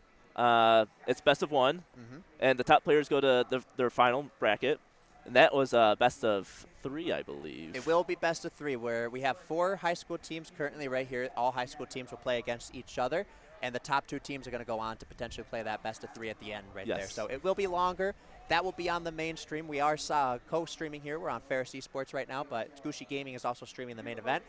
I believe they might be side streaming each other, so highly recommend checking that out. Or if you're in the West Michigan area, come on down to the Confluence Festival. This is a free festival located at Rosa Parks downtown. Yes. Nice, easy. Well, might not be too easy because there's another kind of event going on with the art prize. But we'll get back into the action right here. We have Striker playing Captain Falcon. Captain Falcon versus Samus. You know, this is a tough matchup for Samus because Captain Falcon has that ability to just run in and hit you, as you see right here. It's going to be interesting to see how Jake Quash gets away from Captain Falcon and throws out those moves. Yes. And looking pretty strong right now with Striker, getting these early combos in. Already getting Jake Quash into 92%. And with no jump off stage, he's going to have to tether to get back to stage, but the side B is going to get back him off. Yeah, honestly, Jaquaff probably would have needed that other stock if he didn't lose that. Down smash does not kill early in the wrong stage. He tries to down tilt, but he whiffs it, and Samus recovers, getting fair on stage, and we're back to a neutral setting here. Yeah, both these players looking pretty strong right now. Jaquaff not able to get too good of an edge guard right there. Jay Quash looks he doesn't have a jump here. He's he doesn't. Is he going to get a down air? Oh, gets the down tilt. Beautiful down tilt, and Stryker makes it so it's 3 stocks to 2. East Kentwood currently up 2 stocks total. Try to do like a reverse neutral air right there. Getting those legs out, stretching them out a little bit. Stretching out the legs a little bit, making them healthy. We need a good stretch. Oh, yeah, for sure. Especially for your in-game character. you don't know if they're going to pull something or not. Absolutely. That would be an interesting mechanic in the game. Wow, what does Stryker do here? Luckily, Jay Quash messes up the ledge trapping, but tries to get that early try. Spike down, goes down. Stryker loses his first stock, and we're down to 8 stocks to 7 right now. Yes, we are. Able to get a good punish right there with the up special. Jay Quash is trying to live as long as possible. If he could take the stock off Stryker and make it a little bit closer, that will help his teammate to ability to have the chance to make this even later in the game. But Stryker continuing to just attack and nonstop go at him. Yeah, honestly, living up to his tag right there, Stryker, just going right at it.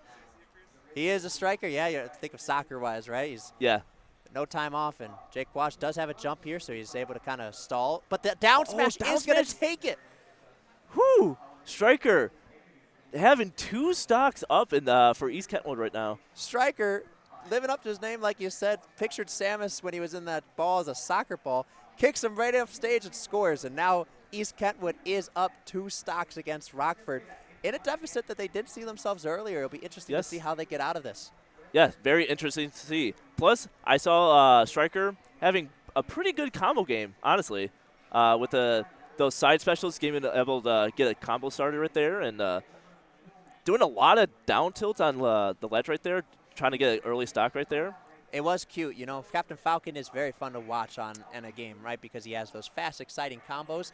We weren't able to see a knee of justice come in, right? Yes, the people's knee. The people's knee, but I think we might see that in the future depending on Stryker. You know, he really knows his combos. He knows how to play the game. Might be able to pull it out later, but we are in unknown territory right now. I have no idea what Rockford, who they're going to bring out, what character they're going to play. Yeah, definitely excited to see because we have not seen the last 2 players since Rockford kind of destroyed West Catholic in the first set. Yeah, it was not pretty, I would say, but this is obviously a much better game that we're watching right now. Yes. And I mentioned earlier Jake Quash with that unfortunate suicide. This game would be a lot closer right now if that didn't happen. Yeah. You're down 2 stocks and you're back to 0% if you're Captain Falcon Stryker. But let's say Jake Quash doesn't suicide. He keeps that last stock when he was playing against the other player. I'm sorry, I forgot. But you keep that stock. You have a whole nother stock that you're playing against Stryker. I think you bring him down to 1 stock. I think you potentially beat him, right? Yeah. And then everything, the tides are completely shifted. You're playing against, you're in a winning position versus a losing one. Yep. Definitely have a closer lead, or actually a closer game in general. Plus, when that kind of thing happens, it kind of destroys you mentally because you're like, oh, I could have made that back, get my team to have a better advantage and whatnot. But that's a great point. It does mentally affect you, and not only you, I'm sure it affects your teammates as well. So yes, they do. It'll be interesting, but this is exactly what a coach is here for, right? Yes, trying to keep their mentality in check. Exactly. Both of these teams have great coaches that have been doing this for a couple years now, and I'm sure that they're going to be going in face clean, trying to see what they can do here. So G-Force versus Stryker. Bowser versus Captain Falcon. This will be interesting. What did we just get here? We got vouchers, I believe, for pizza later today for lunch. This is massive. I'm very happy right now.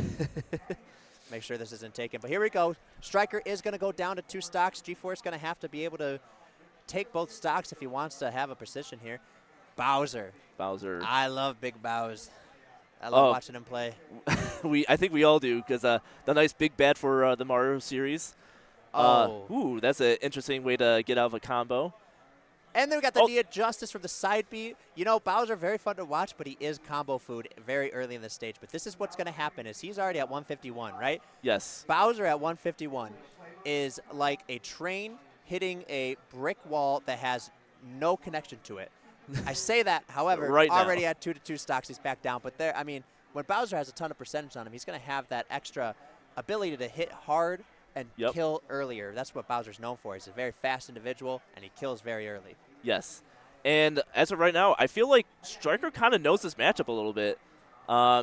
Getting that first stock right away, not taking too much percent, but as I say, he's G-Force taking kind of step back a little bit, try to gain that percentage. Stryker is playing very smooth right now. I don't see him honestly lose another stock here. Can I see down air right there? Oh, misses.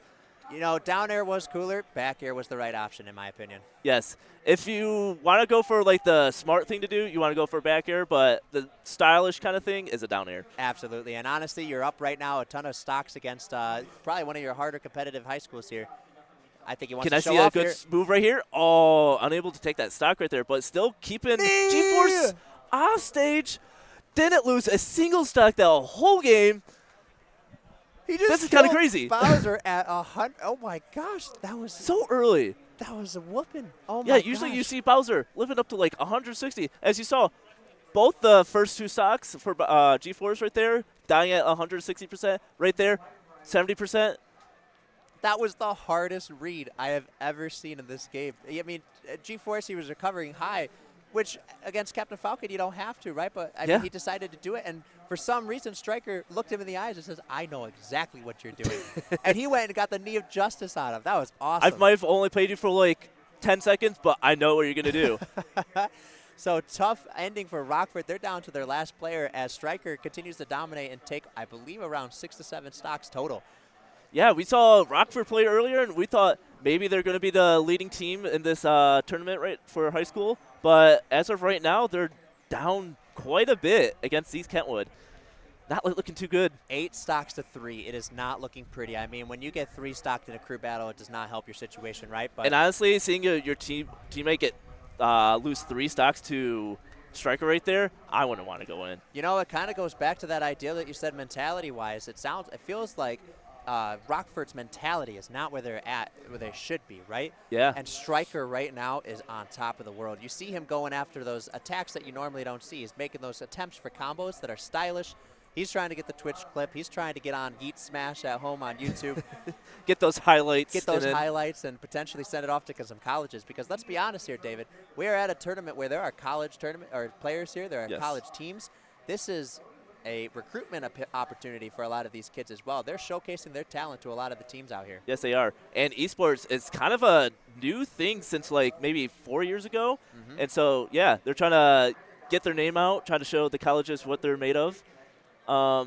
Absolutely, but we got Stryker versus Jet here, a Meta Knight versus Captain Falcon. Ooh, tell me about this matchup. Honestly, I have not seen this often. Meta Knight is a kind of a character that just combos for days, and he will try to get you off stage as much as possible, try to take your recovery and just smack it down constantly. But starting strong, already getting 11% on Stryker. Not getting too much, but I'll see these up airs that are happening right now, that sword swinging up above him. That's kind of his starting combos. Yep, and that's kind of what Meta Knight's known for. Is he doesn't deal a lot of damage, but his combo game deals a lot of damage, right? So if you know the combos, you can go from 0 to 50 pretty easily. Already a Stryker cannot get a hit on Jet right now. Oh, my gosh. The up B over the stage. I hate that move. I think we'd all do when we get hit by that. Down tilt coming in. Can Stryker take the stock? Great parry in the down smash. You see that down smash take a lot of stocks already against other opponents. It, for some reason, is working against everybody. Yes, it has. Or are you talking about down tilt? Down smash. I'm talking about that move that just hit again. Hasn't killed yet. I think it's a little stale. Jet unable to recover, so a side B for Meta Knight is one of those recovery options that is a unique aspect that once you play or use it, you cannot use any other move until you hit the floor, right? Yes. Misses the stage. Unfortunately, suicides, and that's another stock that Rockford has given up for East Kentwood that is going to put them in an even bigger deficit. Yes. Jet almost taking that stock with a down smash. Able to recover this time. Not able to kill Jet Stryker, though. Stryker living up to 158%. Stryker looking very strong right now. Like I mentioned, he has taken all the stocks. He wants to end this with him, honestly. He wants to say, I want to go home. I want to play my next game. Yeah, as you see right now, Jet's just trying to throw out all these moves that are able to kind of take the stock away from Striker, but unable to. Up throw. Up throw doesn't kill yet at 170. 182 right now. This should be like the percent heavy characters are supposed to be living at. I don't know how. Oh, okay. Oh, got, no. Oh! So the side B works that time. Gimp's, I would say Gimp. He was at 190%, but Striker down to last stock here. As I mean, Jet you'll take stocks one. whenever you can. Absolutely. Absolutely.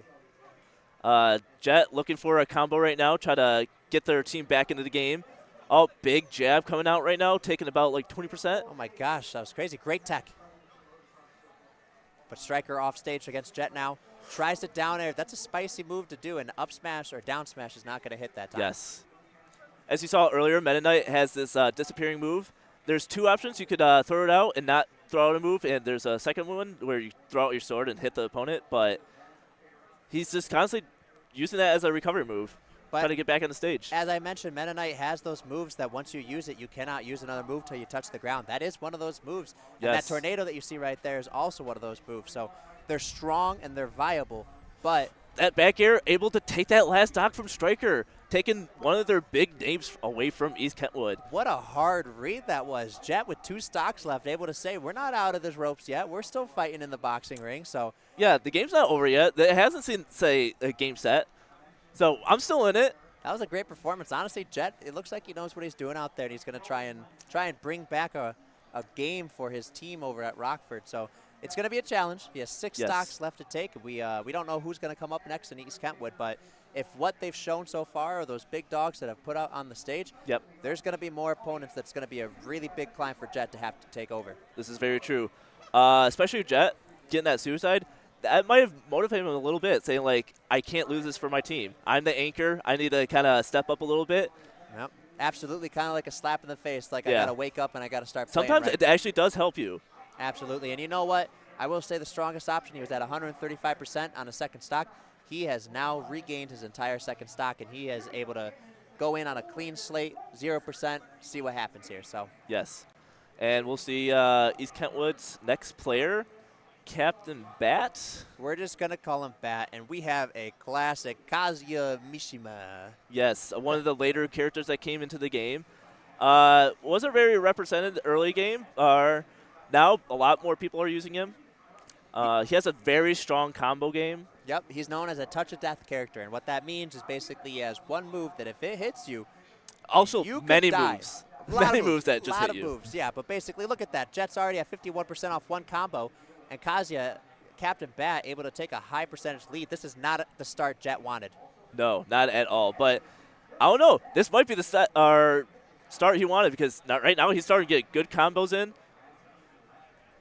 Oh, big move coming. A lot of swirls from the legs right there. Meta Knight often has a lot of good recoveries to be able to get you back to neutral. And, you know, Kazuya's entire game is neutral. So if you can get back to the neutral, it doesn't matter against him oftentimes. That was a great combo. Back air into jab. And Kazuya not having a lot of options to go off stage to kind of hit your opponent to get those early kills. Using that nair very viably. Oh, he already used his jump, so he's not able to recover right there. That was great ledge trapping. Big punch right there. Why? He just punched him, and Jet just took it. He said, oopsie, and now he's down to last tournament stock here. Oh, big jab coming in. I think that has 10 hits total, honestly. It's a long one, and Jet already at 39%. He's got like I mentioned, he's got 5 more stocks that he has to take, so he needs to get his head into the game here. And already, though, Captain Bat showing all the move sets available by Kazuya as he gets him up to 49%. Oh, big lightning punch right there, getting Jet to 78%.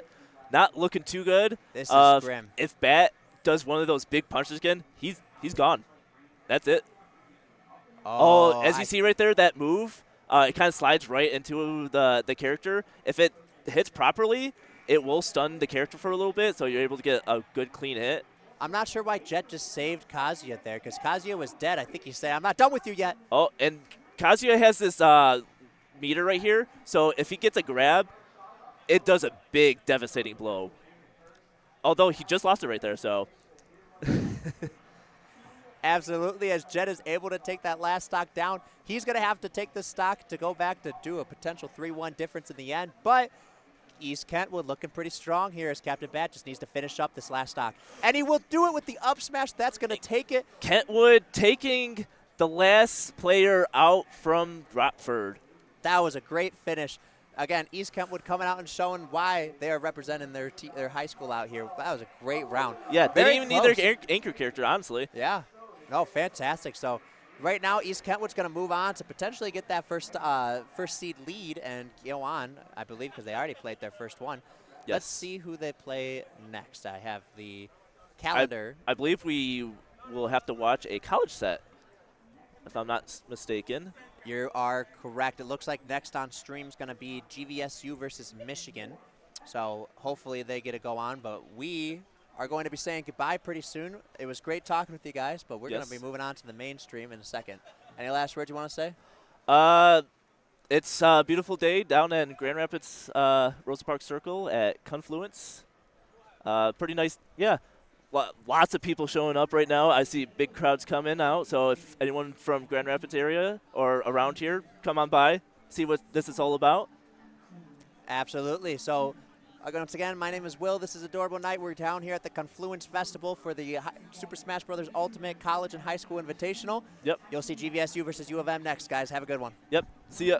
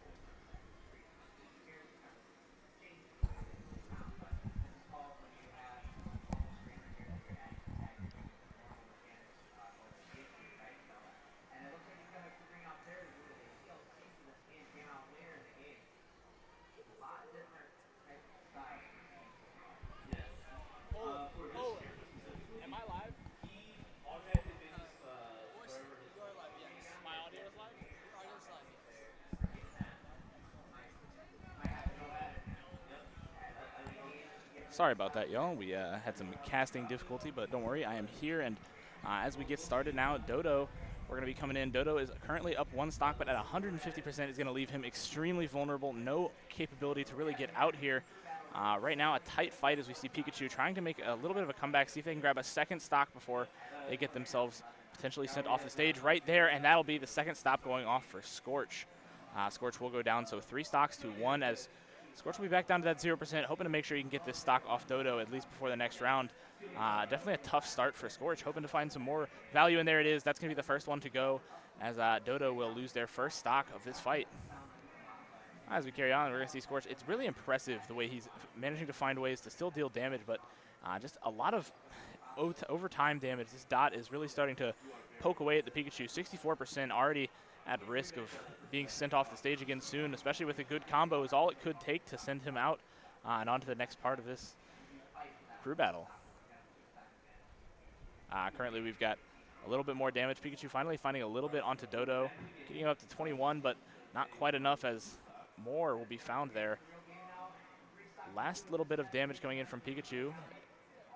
Still not quite enough as he's up at 85. Definitely at risk here of being sent off, and that would be the end of this one for sure. This fight, as Pikachu will make a mistake on his recovery and fall down, Scorch will go down, and I can hear the clapping hands behind me as they manage to find their first bit of this crew battle, and Joker will come back with 2 lives still up as we start here in just a moment.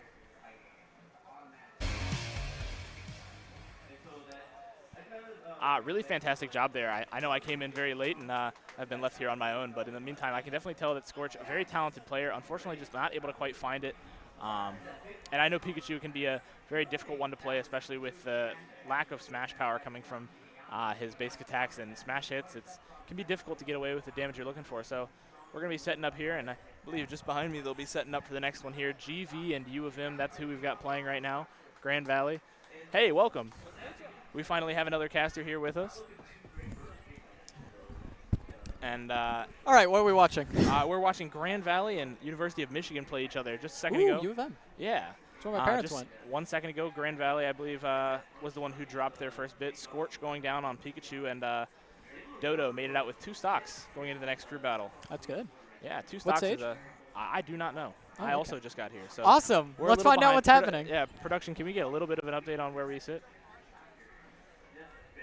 for scores? First one. So U of M has still has 11 stocks, correct? Should be 11 to 10. 11 to 9. 11 to 9 favor U of M. I believe so. Yes. Cool. So there we go. Headed into the next one, Grand Valley. Down a little bit here, but we've got Meta Knight Oh, Joker. no.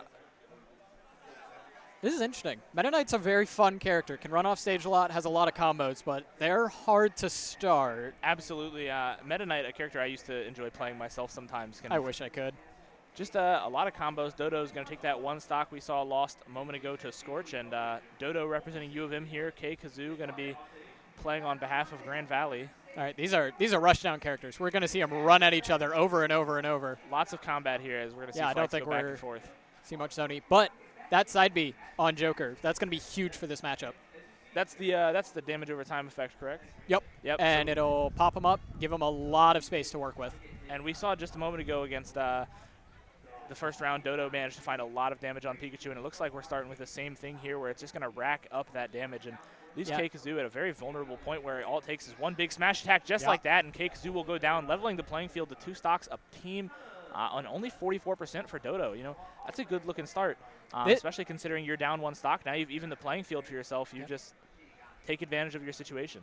This Arsene is so scary as well. He's using it beautifully. You saw him short hopping at ledge. He's going to do that over and over, using that back air to just create space and try and keep Meta Knight off of him. Absolutely, and here we go. Meta Knight still taking not too much damage yet as Dodo's kind of getting sent back off towards the edge of the map, but will find the recovery, makes it up just in time. Meta Knight will land 1 slap, not quite enough to go down. Dodo, once again, going to find the recovery. Impressive job there on evading and recovering. This is where Meta Knight's going to be the scariest. Yes. He gets you once, and then he tries to keep you off over and over, getting Joker off stage, trying to stop that recovery.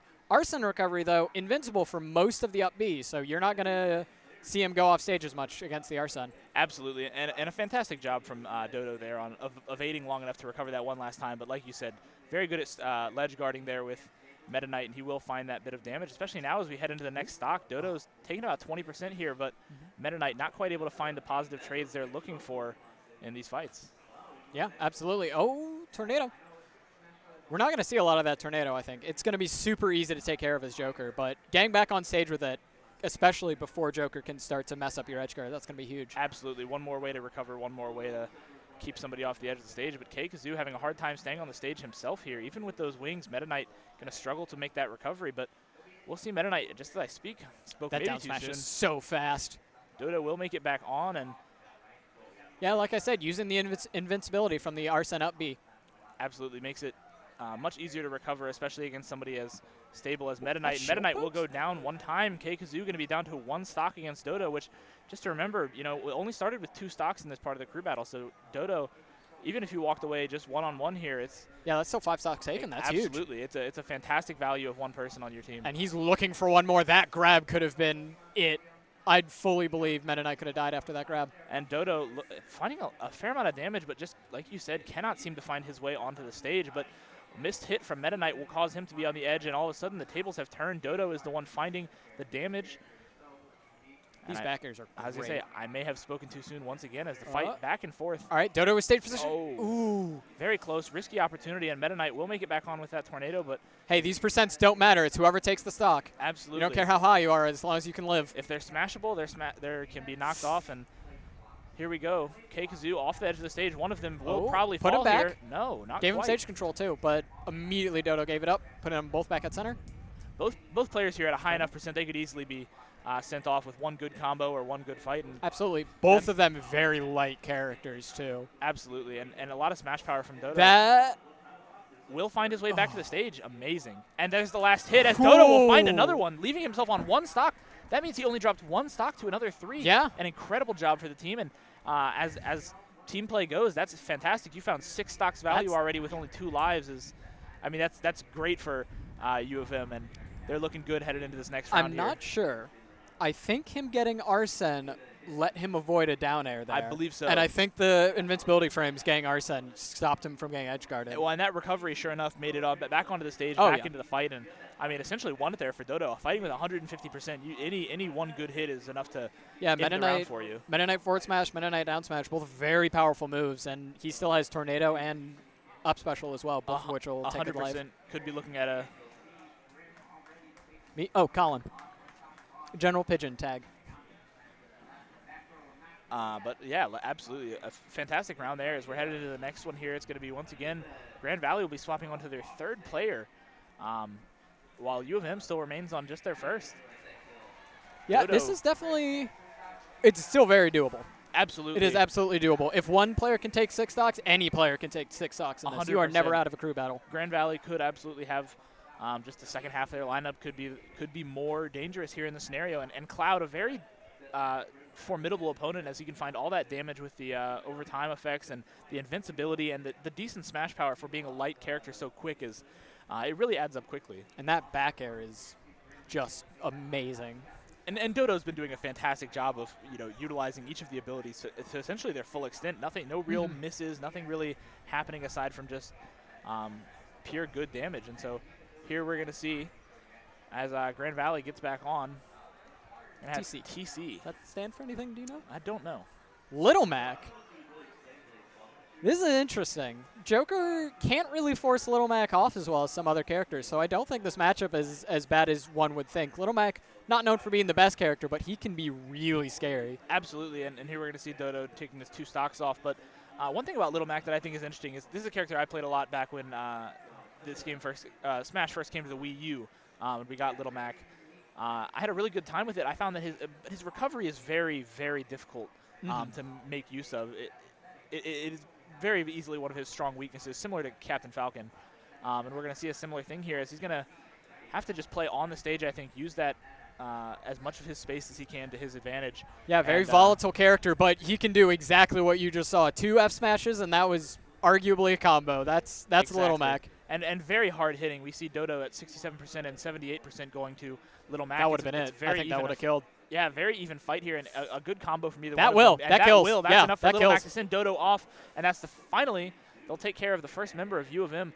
Michigan putting on a strong performance here as Little Mac crowned the victor there, and we'll take that stock finally that absolutely Grand Valley's been so struggling to find that last blow, but finally landing in. That's the KO for Dodo, so we're going to head into the next round here. I'm not too sure who's up next for Michigan, but definitely they've been putting on a strong performance today. Yeah. I saw earlier they had some very strong players. I think they play state next, don't they? Oh, I'm here for that, honestly. I'm excited. I'm excited for that matchup. That'll be a big matchup. Not only any rivalry like right, that. Any rivalry is big, but on top of the rivalry, you bring into the fact that both teams are extremely well. I know recently Michigan State was in a tournament where they 12-0'd a team, and U of M obviously just putting on a performance, taking 6 stocks with 1 life is very impressive. So Peach. Sai will be up next. This is an interesting character. Peach, very combo-oriented. Some of the things she can do are insane. She has terms for zoning, but she has trouble killing, which could prove difficult against Little Mac, but you can gimp him. So we'll see if Peach can use her float, her special float, to get Little Mac off stage and combo him to death. Right, and Peach, like you said, very combo-oriented. Somebody that not a lot of smash power behind them. Little Mac, the exact opposite. Not necessarily combo-oriented, but definitely a lot of smash power there. Most basic abilities and hits they'll just rack up the damage quickly. But TC here already up at 84%, so the Peach definitely finding their damage as KO will be up and ready for Little Mac. This could be enough to set up a scenario as he'll lose it at 100%. You know, one good hit from Peach here at this point could send you. That's almost enough, not quite. Yeah, Little Mac's already in this scenario, has to get off this ledge. Powerful turnips and Peach's hits won't let him get off, but there it is, there up it smash. Is. That up tilt play. is so oppressive. And a basic combo by Little Mac will knock Peach up to 80%, now putting her at risk of being sent off the stage just as easily. But as Peach will continue to just guard the edge here, phenomenal job from both players. Wow, Barely that makes beat it it up out. with Little Mac, Okay. but not quite enough as our Turnip in the back air, yeah, our favorite wireframe fighter is going to head into the next stock here. Unfortunately, couldn't quite find it, but Peach definitely at risk here of being sent off by especially any one good combo. That could be the one. Not quite 100%. Peach, not necessarily a light character, but not an extremely heavy one either. Yeah, absolutely. Little Mike taking a lot of space on stage and definitely making Peach have to think for every hit. You can't get lazy on Little Mac. Yeah, Little Mac, like we said, not a lot of recovery and not exactly a heavy character. Very hard hitting, but very vulnerable once you get a couple good combos off. So here we see TC finally in an even playing field here, about 60% and 35 on Peach. And there's the scary bit. The KO is up and KO ready. is terrifying. Not quite enough to land it as Peach will land that up, and it's not quite. Nope. Sai is making some beautiful ledge traps here, and also big shout-outs to ZC for not getting hit by any of them. I'd be dead by now. Yeah, absolutely. These have been very impressive combos. I mean, I don't see Peach played very often to begin with, and seeing it played with this much finesse behind it is really just impressive. I mean, Peach is always just a joy to see. Nice B-reverse. Definitely caught Sai off guard. Ooh, a beautiful hit, almost enough to send him off, but like you said, not a whole lot of smash power coming from TC, or coming in from Sai, and that will be the death of TC. Yeah, there that again. setup will do it. Another stock going off of Grand Valley. TC down 2 as Sai is sitting at 74% with 2 stocks still up. We're looking good on behalf of U of M. With a bit more rage, that may have killed, honestly. All right, now Sai has to get off ledge against the scary, scary Little Mac, who's going to press his smash attacks and make you disappear. Beautiful play, and Little Mac very good at doing that, able to find that spot. You don't have to put yourself at any kind of risk at the edge of the stage. Instead, you can just very easily guard it. Yep. And a lot of power behind it, something that I enjoy behind Little Mac. I enjoy seeing on Ridley. Take a couple 83 times today as well. 83% is crazy considering how, you know, just a moment ago the fight seemed, very difficult for TC, and now here we are. Sai, 83%. This KO, the KO is enough to send Sai off. That'll do TC it. will be the first one to find a victory as he not only finishes off one person, but takes out Sai as well. That's 4 stocks in the favor. Just like you said, the fight is always winnable if one person can find 6 stocks. Then what's to stop GV from doing the same? 5 stocks behind to now they're only 2 stocks behind? That's what as far as I know. And absolutely. That's terrifying. Beautiful job from GV as TC only going to have 1 stock here, but at the cost of 2 stocks, finding 5 is incredible value for your team. And in a crew battle, that's worth a pat on the back at the very least. Absolutely. Well, he's getting more than a pat on the back. I'm like bowing down to him at this point. 5, all of a sudden the team's back in it. The motivation is back in the fight. And yeah, that's the real big thing. You have to think about the mentality swing. Yeah. Like, all right, you were so far ahead, and now it's getting a bit more even. You have to think about it. All of a sudden flipped both ways for both teams. How is U of M feeling after dropping 5 stocks like that? And then on the flip side, how is and on the flip side, TC giving the motivation for Grand Valley to keep fighting, not really afraid, not going to back down on this one. Young Link. Is this going to be Young Link? No? I'm hoping. I would love to see Young Link. I would love to see Young Link. Another character you never get to see. As long as I'm not playing against him. Ridley Young Link is not my matchup. We're going to have Jado here on Young Link. Personally, Young Link is a longtime favorite for me. Back when I used to play with my older brothers on the GameCube. That was my go-to main. Melee. Young Link and Roy. Those were my 2 at the time. And so getting to see Young Link, one, make it back into the game, as well as seeing people play him at such a high level.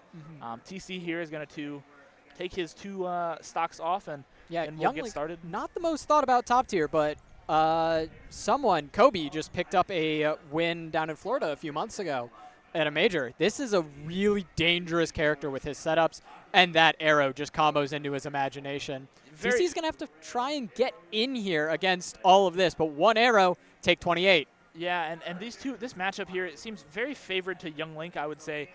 This many different projectiles, common among all the different links that we have in the game, but Little Mac, the exact opposite, has some gap closing to get close and make him fight up close, but Link still has a sword, is capable of putting out that damage up close as well, so we're already going to see some damage come in on TC, but TC will find a couple good swings, and it'll bring the first stock off Jado, as Jado will go down 1, so TC already finding even more phenomenal value for Grand Valley, as Young Link will finally find that final blow, takes off TC, but I mean, TC's got to be saw feeling someone good. take 6 stocks, and he's like, all right, my turn. Yeah, really walked in and took off, finished off one, and then one took a entirely full wiped and then his took eye, another and one. took another one off Young Link before going down, finding another even trade on the stocks. And you've got to be feeling good if you're Grand Valley. A moment ago, you were worried that you're half down your stocks, and now you're barely behind in the slightest. So fantastic job by him there, especially as we go into the next round here. Looking forward to seeing another matchup. Young Link, definitely, like I said, I think favored there. I think we'll probably see that again. Yeah, absolutely. I can't imagine switching off Young Link. Such a good character, usually in a very good position matchup-wise.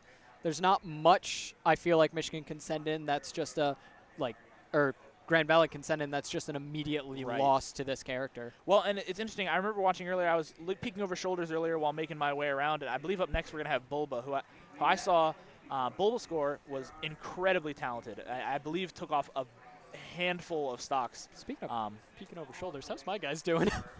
I just realized I was playing. How did your matches go? We got to watch the first 2, but it happens. I took 3 or 4 stocks just then, so making the difference. Well, so you're at Central, obviously. What's your go-to picks in Ultimate these days?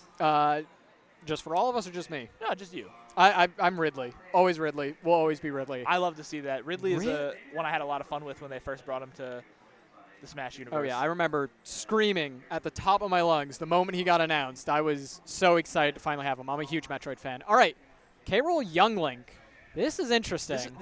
I feel like this can't be that far off from the matchup we just saw. Little Mac, a lot of close range damage. K-Rool, much heavier, much harder hitting than Little Mac is going to be. And in general, I mean, K-Rool has always been one of those characters that's really just terrifying. As soon as he gets a couple good hits on you, that can be the turn of a fight. I think sleeper good here is going to be Crown. That's going to beat out every single projectile Young Link throws. Young Link may have more projectiles. Looks like he has more of an advantage long range. But that Crown is going to be terrifying. Right. Will it be enough to actually match up the round? Yeah, you see right there. Broke through arrow. Jado, 68%, but K-Rool will be the first one to drop a stock as Young Link. This is the most impressive I've ever seen a Young Link played. And I haven't seen a whole lot of it at this level, but this is amazing. He's just he's hitting a lot. It's the combo. Continue the combo. He's still going. It's one into another, and Bulba having a hard time. How do you get off this ledge? How do you get there? And he will find his way back up. Back on the stage, but not with control, as Young Link will find more damage, knocking him to almost 100%. And there he's over that threshold. How easy will it be to send K-Rool off? A heavy character can be difficult to send at high percentages, but realistically, it's going to be very difficult to turn this one around. Yeah, Jado is all over him. He's not letting him breathe. He's not letting himself get zoned out by Crown. Or K-Rool has a lot of armored moves, not letting him get through any of those either. That could have been a kill if he hadn't grabbed ledge. Yeah, that was almost there. Jado consistently finding it 175%, the highest I've seen today. Young Link will narrowly avoid getting sent off there. 88% when you're a light character like that will send you off. But Bulba, okay, he makes it. Bulba is going to find it out. And another character I think with not a great recovery necessarily. That up special from Link can be What's he doing? A little bit risky, and we're going to see 103% here. Making it off this edge is going to be difficult, especially with K-Rool on it. Big Guardian to be watching this edge of the... Yeah, that Nair is going to cause a lot of trouble for Jado. And will narrowly make it back up, but not quite going to be long enough as Bulba will take that stock off Jado. And now we're one stock to one stock, 25% a person. This is an even fight all of a sudden. Yeah, absolutely. And they're both on their third member of their team. So all of a sudden, this is a very even match between the two teams. Gosh, Grand Valley turning it around. Yeah, this is dead even now. After a strong start from University of Michigan, not quite able to find the recovery here. And Jado hoping he can keep it in the bag, but Grand Valley finding some value. Bulba, 135%. I think just wants That's to... got to be dead. Falls out of the up special. Not quite able to land that last smash hit. Yeah, and you're not stopping K-Rool from getting back. That propeller's, Jado makes his way back up, but not quite enough. And beautiful needs to land recoveries from Jado. One really good combo here would be enough from Jado to send Bulba Yeah, off the stage, that'll and that's do it. going to be enough. Jado will find another one. Grand Valley will drop that stock, and University of Michigan will go into their last will set Grand Valley into their last life here, their last member of their squad, the fourth person coming in against one stock left of Young Link. That was perhaps I miscounted, or what? That was apparently that was the last one. So Bulbasaur. Oh, that was the last stock going off, and so actually I was mistaken, and that would be we because we weren't here. We weren't here for the first one. That's my excuse. That's what I'll go with. A little hard to catch up here, but as we're going to see, that means U of M is going to take that map then. Yeah, they're going to win that one. That's the first one going to Michigan. And not easy, definitely. Not TC easy. definitely made them sweat for it. Grand Valley definitely turned that fight around. Made it a difficult one for them to turn around and set them up for that, but very impressive job by U of M there. Absolutely. But yeah, thank you absolutely for coming and casting. Glad to have y'all here today. And we're heading to a break. Yeah, so we're heading to a break. Enjoy the rest tuned. of the event, We'll y'all. keep going.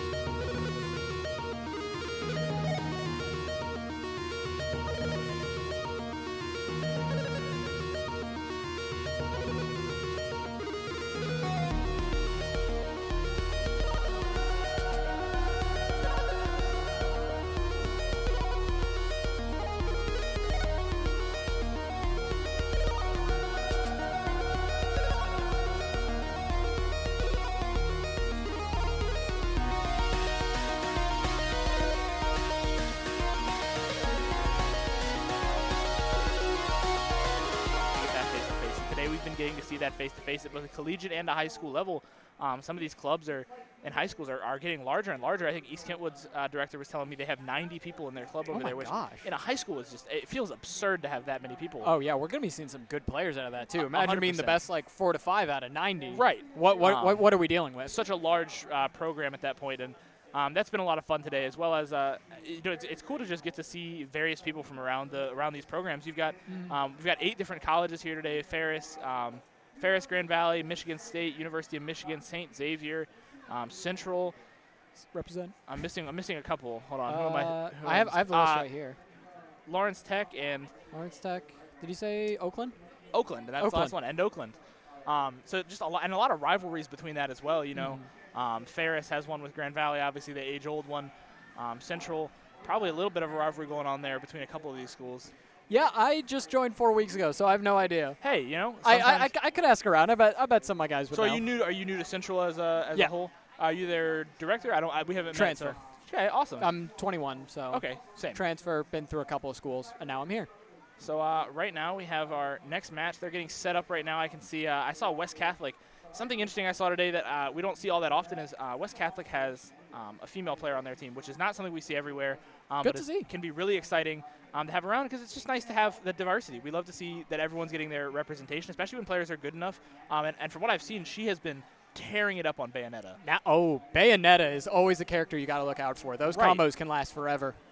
Very, very powerful character there, and she was doing a phenomenal job on it. I saw her she 3-stocked a couple different people, and it was just outstanding performance. So I'm looking forward to seeing some of that today, as well as Mona Shores for me as almost not quite a homeschool, but I went to Grand Haven at some point, so Mona Shores is only a couple minutes north of that, as well as Ferris has a couple people in our club that are from Mona Shores. So it's nice to see all these high schools out here, especially ones in the more local, and they get to represent themselves here in such a. This is a huge event to them. But they're used to maybe only in school stuff. So good to see high schools putting in the money to get their kids out here as well. Putting in the effort, putting in the money as esports continues to grow and grow, especially FGC and fighting and games like Smash. Absolutely. It's good to see high schools going, okay, this is a legitimate thing we can work with. How do we support these players? And we're seeing the Bayonetta immediately. Yep, so that will be her. I believe she was using Skittles and Astolfo starting. We're going to see Enderman or Steve as we so expect it.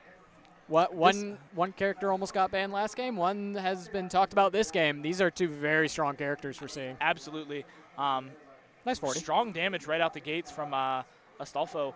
That minecart is a terrifying move. Command grab, burst option, and a kill move all in one.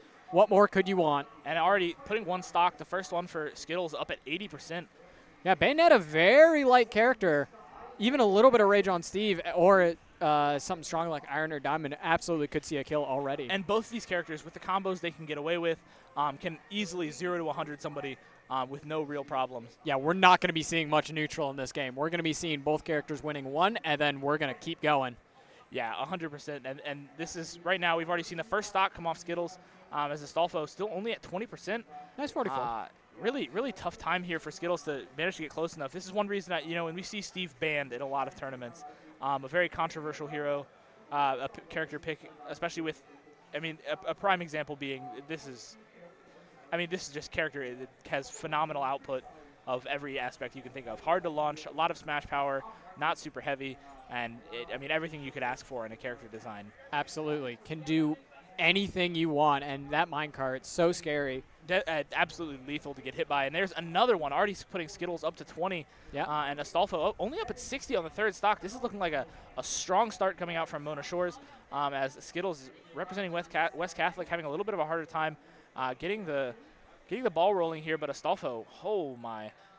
Yeah, 70% gonna get Skittles. punished for pulling out the diamond at least. Yep, but is still going to find some value here. Oh, I was going to say he was very low on resources. Only 2 bars of that iron, meaning minecart running out of ways to do minecart, needs to mine a bit more. Will find that minecart one last time. Skittles almost makes it back up, but just barely will fall off. I would bet that's Astolfo. an air dodge. I would bet that was an air dodge. I would imagine so. Narrowly making it, almost surviving, but just could not quite find it. And so West Catholic's going to drop their first member of the crew here as no stocks lost on Steve for Astolfo. So 3-0 off the bat gives a huge advantage for Mona Shores and the Sailors definitely performing already. I know one of our production guys is from Mona Shores, so he's probably happy to see them out here Shout out to representing. that production guy. Yeah. Shout out to production. Yeah, Hi, production. absolutely. This production stuff has been a blast today. Seeing everything that's been set up has been outstanding. If you guys happen to be in the area, come by Rosa Park Circle. It's been a phenomenal time out here so far. Yeah, we have lots of people. There's food. There's food trucks. A couple of art stalls, and I saw something for robotics. Yeah, there's a robotics event here as well. Well, Confluence Festival is all about music, tech, industry, esports stuff. They want to really get everything involved. So I believe it literally has robotics on the list of. So it's a big thing. I believe there's a robotics competition here today. So I got asked about this a week ago, so I did not do my homework. That's on me. Absolutely, a fun time out here. Like I said, I've been having a blast. I hope it stays on track like that. It looks like I don't want to jinx it, but it looks like a beautiful day after it rained a little bit yesterday during setup. Oh, did it? Yeah, we had some rain hit us towards the end of setting up last night, but everything cleared up by today, and so now we have a beautiful Saturday. Absolutely. And there's been tons of, like I said, tons of different directors and schools here. Just a great event in general. Who we got? And so we're setting up for find your name? Yeah, setting up for the next Swordmaster. one. Swordmaster and Astolfo will be matching up. I'm gonna be mad if they don't have a sword. I'll be honest. Okay, Sora's a sword. Yeah, sword. Okay, cool. That's acceptable. I can live with that. If you pick Swordmaster and then you play but he uses it like he wields it as a sword. Oh. Cloud, still sword. I thought we were going Mega Man for a second. I was gonna be upset. So Steve and Cloud. Steve Cloud. Very popular characters. Yes. You can find this matchup at every single level too. Highest level like Spargo Acola, and mid-level like we have here, we have Swordmaster and Astolfo. Yeah. So help me understand. Smash is not entirely my realm of game. What exactly does Cloud do? You see that sword? Yes. Boy, does he swing it. He has a lot of swing potential, like that dash attack. Good kill potential. Has an iffy recovery, so we're going to see what Astolfo can do off stage to manage that. But Cloud back air, which you might see come out pretty soon, is a brutally good move. It's fast, it kills, it does everything you want a move to do. And right there we see it. Swordmaster Blade already beam. putting in that damage. Astolfo up at 80%. Has all 3 stocks from last round, but Swordmaster definitely giving him a run for his money as Swordmaster will be set to 95. So really both players reaching that point where they could definitely be launched off. And that minecart, as dangerous as we talked about it earlier, will find that first bit of damage. The TNT will go off. Is it going to be enough to send off Swordmaster? And it will. He'll fall. And so that's going to be the first stock to go off Swordmaster there as Astolfo will look to mine back up a little bit, get some more of those resources. Wants to be able to have that minecart on the ready to go. Yeah, I loved, you may have seen Swordmaster immediately tried to do a forward smash. I love that. You're invincible. You try and get your opponent, like, making a guess, making a very safe play, tried to get the F smash, but minecart. Absolutely. Minecart works instead. A really fun matchup here as well. Both players, a lot of skill that goes behind this, and the combos that can be created between these two, it looks like are beyond me. Oh, and there that's we go. a good dash attack. That final Called out the dodge back. Yep. Final blow will be landed on Astolfo there. That's going to be the first stock knocked off for them. And so we're back basically to stage 1 with these two. Looking to see where they can find their first bit of damage for this There fight. is a major difference, though. Steve has Diamond. Hugely increases his attack power. Going to do a lot more damage and send a lot farther. It is terrifying to deal with. Very low on iron, though. Won't get as many minecarts or anvils as long as Swordmaster can stop him from mining. Manages keep to the find iron low. It looked like 3 or 4 bars of iron there, though. Will be enough for him to get set up to find some minecarts into an anvil. It's going to be enough to send Swordmaster. Has to do a recovery on the edge, but will make it back up just narrowly in time. Has to do it again. Sends himself to the edge. The minecart will land one more time. Swordmaster getting juggled on the edge, but manages to recover and makes it back up narrowly, but 114%. He's made it back up, but at what cost? At the cost of his sword, it appears. He's going to find some damage on Astolfo. Looks for the slam. Won't quite find it. Does he have the recovery? And he can't. There's that lack of recovery. That lack of recovery you were talking about right there, biting him. And, there, sure enough, Astolfo still at 120. Really at that point where one good hit will send him off. Is that going to be enough? Not Another dash quite. attack like that. He can't survive it. He has to get off this ledge. And he will actually make it out. He'll get the grab. Swordmaster up to 30% on his last stock, but that should be enough to find Astolfo. Really? Narrowly makes it back up. Steve is a lot heavier than anyone gives him credit for. Really manages to make Cloud work for these kills. Cloud has a huge amount of kill power. Steve still can survive through some of these hits. And Astolfo, surviving through 160% on any character is really just absurd. Yeah, so that plus the minecart, the damage potential you have with Steve is really just up there. Did he did not look like that diamond? Didn't look yes, like he it. did. No, he did. Just barely. Just narrowly will get the diamond. That's, like you said earlier, going to increase his attack power significantly. Cloud left in a tough spot here, 70% to the 24 for the stocks. And you got to remember, Astolfo already took 3 stocks off, so taking 2 more puts him up 5. And if you can find this last blow on Swordmaster here, it's going to put them up 6. Astolfo very smart. Back throwing Cloud and then just taking stage control, not trying to go after him. Knows he's in the lead, can play with the lead and take stage control. Very smart. Right, especially in this scenario, you don't have to. You're on your last stock regardless. You don't have to make it out with a lot of percent. You just have to make it out at the end of the day. And right now, Swordmaster 120%, very weak to anything here. One good minecart or anvil would be all it could take to send him off the edge. But Steve really reaching that point. Yep. That's going to be the final blow. Swordmaster going to go, and that's going to be another one in the bag. That's Mona 6 Shores stocks for Astolfo. 6 stocks for Astolfo, and the cost of 2 will come back with 1 more and look for some more here. Steve, a phenomenal pick, obviously, out the gates, has created a huge advantage now for Mona Shores as they take another member out of the crew for West Catholic. Hey, we saw it last game. Right. It can be brought back. Any person can take 6 stocks. You never know what you're going to deal with. Yeah, and you know, very similar to baseball. Not a lot of times you can find a way that a traditional sport ties into esports, but I think in baseball often lineups are very important. You know, you put your power hitter 4th, you put things like that, so you're set up for a home run. And you have a same scenario here. Where may they be lined up? Where they may have maybe they have their power hitter 4th, where they're going to come through and find those last 6 at once, 7 at once. Absolutely. And we saw earlier, TC came through, managed to find the value for Rule. Find the work for U of M, and sure enough turned that fight around for Grand Valley. So King K. Rule and Steve, these are 2 really hard hitting characters. Yeah. A lot of damage, like you said they're earlier. just going? That crown. Guys. Yeah. Okay. There we go. Epic may have just been a hey I forgot thing. Yeah, that's fair. You get so in the zone and you're not ready for them to like run off the edge. Like that's not what you're focusing on. Okay, and they're just going. And now they're just going to go in. Wow, and already 28%. It's 1 hit from King K. Rule is enough to always send them. The 45. Yeah. You got forward air. Don't 45. get forward air. Oh, that F smash. It wouldn't have killed, but it definitely would have put Epic a lot of really damage far ahead here. And already turned it around. We're talking about Steve a minute ago. Very hard hitting. Has already put that numbers up. This is a fast counting game, and all Epic needs to do is find this 1 stock without losing one, and he's traded the thing to go back to being even. They'll be tied at that point. So yeah. Astolfo getting very scared in the shield, and now has to get off ledge versus K. Rule. Yeah, K. Rule. Nice minecart. Very good minecart. We'll catch him, but keeping the crown away too. You can see crown center stage. Keeping it away from K. Rule stops him from using crown. Crown-o-rang? Got it back though. Yeah, grabs it back and he gives extra damage, and he'll get the final blow on Steve. Astolfo will go down, and that's going to level him out. So pull the gloves out.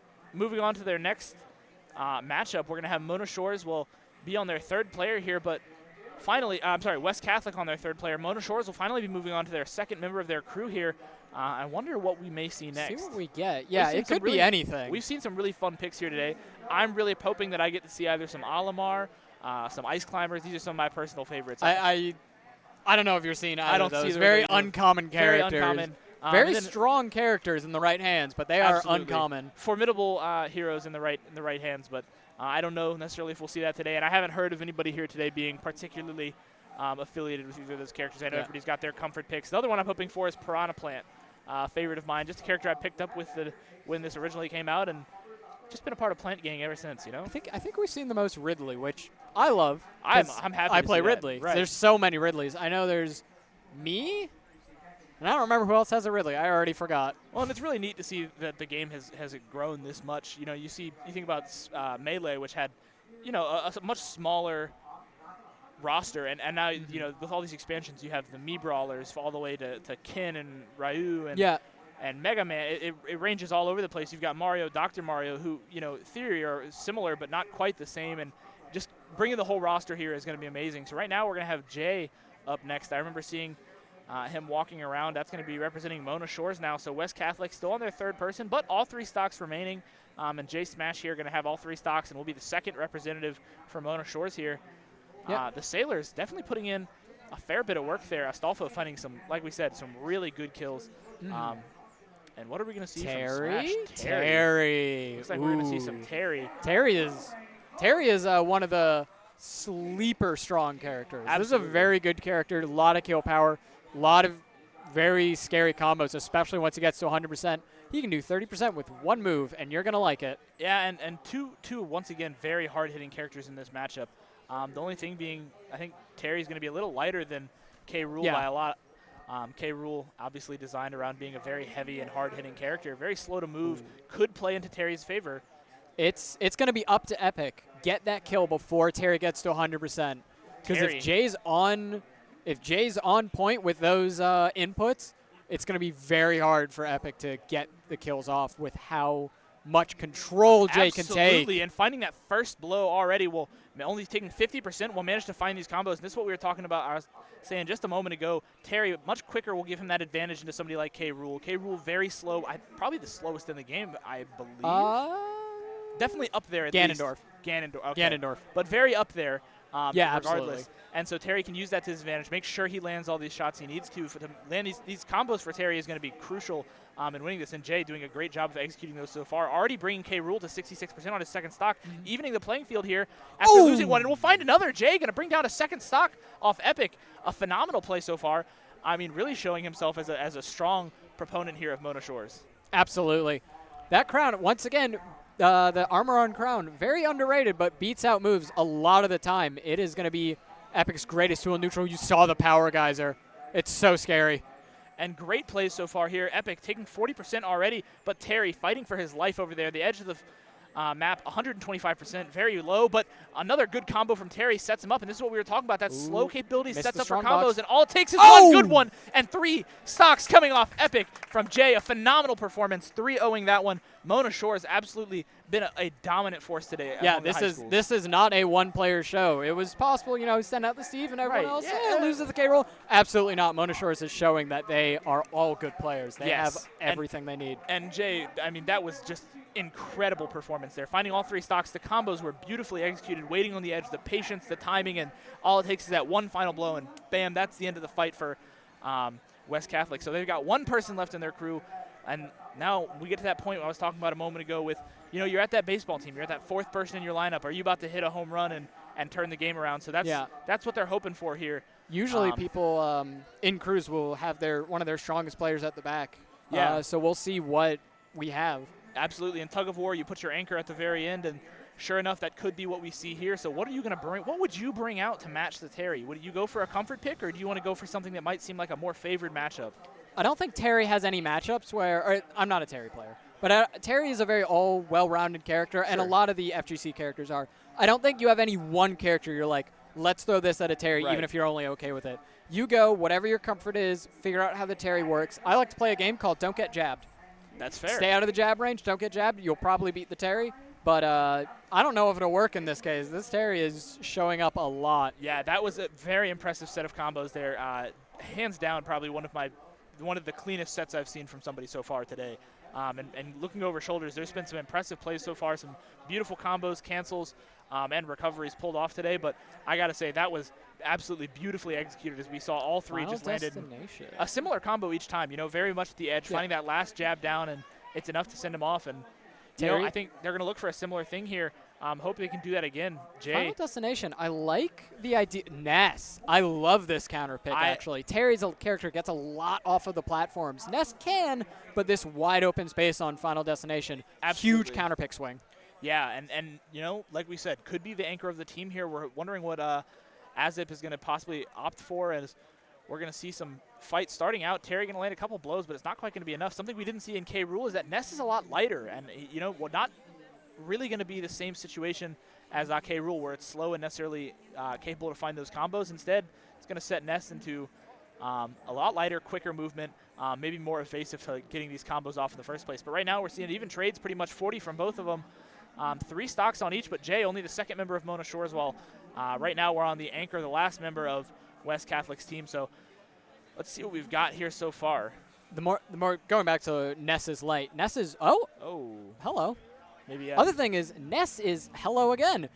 We really want to play Pokemon Unite. Ness is small. He is more likely to fall out of these combos, and is floatier as well. A lot floatier than K. Rool, giving him more chance to fall out of these combos. So Jay's got to be really on these combos to keep Ness in there.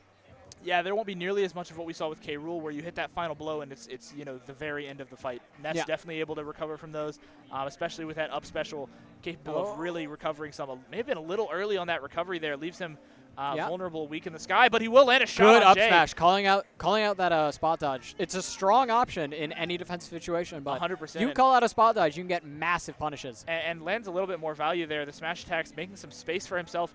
Going to land some more hits on Jay. Cancel They're both at a point now where one good attack could send them from the edge, but not quite enough there. Azip going to miss the second shot, and Terry back on the stage looking for the combo. That one final blow, that might be enough, and that'll do it. Azip getting launched from the stage, and sure enough, Jay going to take another one. Azip had the yo-yo coming out, but was just faced the wrong way, so the yo-yo started on the other side of him. Absolutely. Oh, but that back air will do it. Azip Nice back air. Find that last shot, and that's going to be enough to send Jay off. So once again, even, but Jay's already done the part he needs to for his team. He's already taken 3 stocks, now 4, looking for a 5th and a 6th, and that's enough for him to win the game for his team if he can find those. Yeah, but Jay is not slowing down. Yeah, not slowing down, not letting up, and like I said, Mona Shore has absolutely been a dominant force today among the high schools out here with a really impressive team. And there we go. More damage on Azip. He's going to find 100%. Jay, absolutely just combo after combo on, character after character. It's not really afraid of the Ness here at all. Happy to get in close and force that point-blank fight, which is where Terry's going to benefit here. Absolutely. Yeah, Ness wants to keep Terry at a bit of a reach, use his amazing aerials and good airspeed, keep Terry away from him, but yeah, Jay has been moving towards him. Terry's seems like a very, much more close combat character, and Ness, a lot of his smash attacks have the tendency to reach a little further than most of your, brawlers like Terry, and I think that could be where Ness would benefit, but unfortunately, Jay is just absolutely, he's closing the gap, forcing the fight, and at 110%, just not letting up, still relentlessly punching into Ness, 40% already from Ness, while Jay narrowly making it out at 120. Definitely at a weak point here. Ness would just need one good hit, and this could be the one. Ooh. Not quite enough. Jay will make it back up as well. Little known fact, top of Terry's legs are invincible during that. Really? That power geyser may have killed him, yeah. So Yo-Yo won't be as good as it can be against a lot of characters. And that's going to be a power strong geyser. One. That'll kill. Okay. That'll send him off. Goodbye. That'll be the end. West Catholic knocked out. Yeah. Mona Shore is a strong dominant force. performance. Only putting out 4 stocks to take out the entire team. A phenomenal play there. So absolutely, West Catholic losing that one.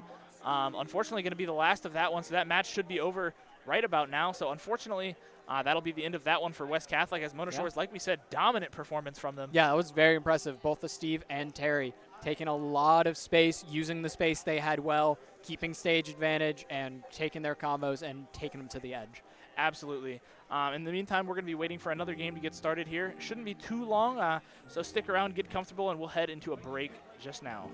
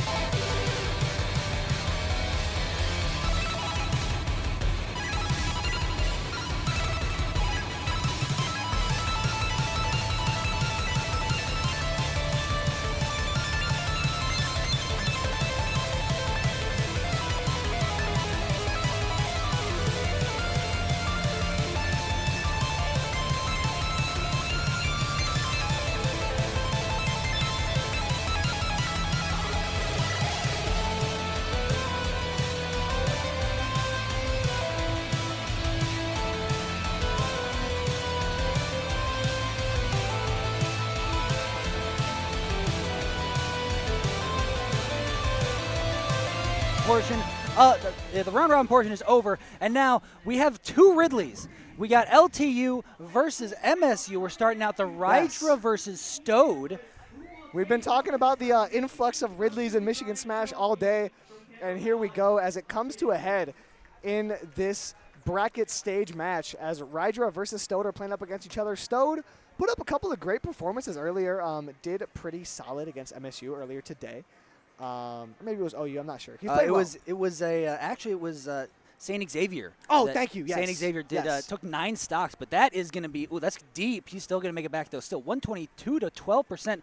Rydra coming all the way from Colorado was actually ranked in like one of the best players in Colorado. Yeah, on number the 1 Ridley. in Colorado. Recently, just yesterday, I believe, beating number 1 in the state and number 8 in the world. Yes, he did. Pocket. Yeah, I think like former number 8. I think he's still like top 30. Yeah, he's a great player. Absolutely, Great player. Absolutely, yes. So we're getting right into it here. This Ooh, is come on, Stode. the Battle of the Ridleys. Yeah, Stode putting up a good fight. Rydra definitely coming in the heavy favorite, but Stode's swinging pretty well, keeping his head level with Rydra. Ooh, but he gets out there, catches a big ledge guard, and the back air comes through as well as Stowe gets put way deep below the stage. And here's the interesting thing about Ridley's recovery. That might have looked like a misinput from Stowe, but Ridley only has 8 directions he can go on his recovery. It's up, down, left, right, and diagonals, right? Yep. He can't actually go at 45-degree angles like many other characters can. So if you get caught at that angle as Ridley, there's kind of not much you can do about it, as Rydra is ledge yarding to a T right now, and Stowe's going to have to get a weird angle, and he's not able to do it, as Rydra, after a bit of a shaky start, admittedly, eventually comes through and takes it. Yeah, and interesting to notice because the round robin portion is over and we're into the bracket portion.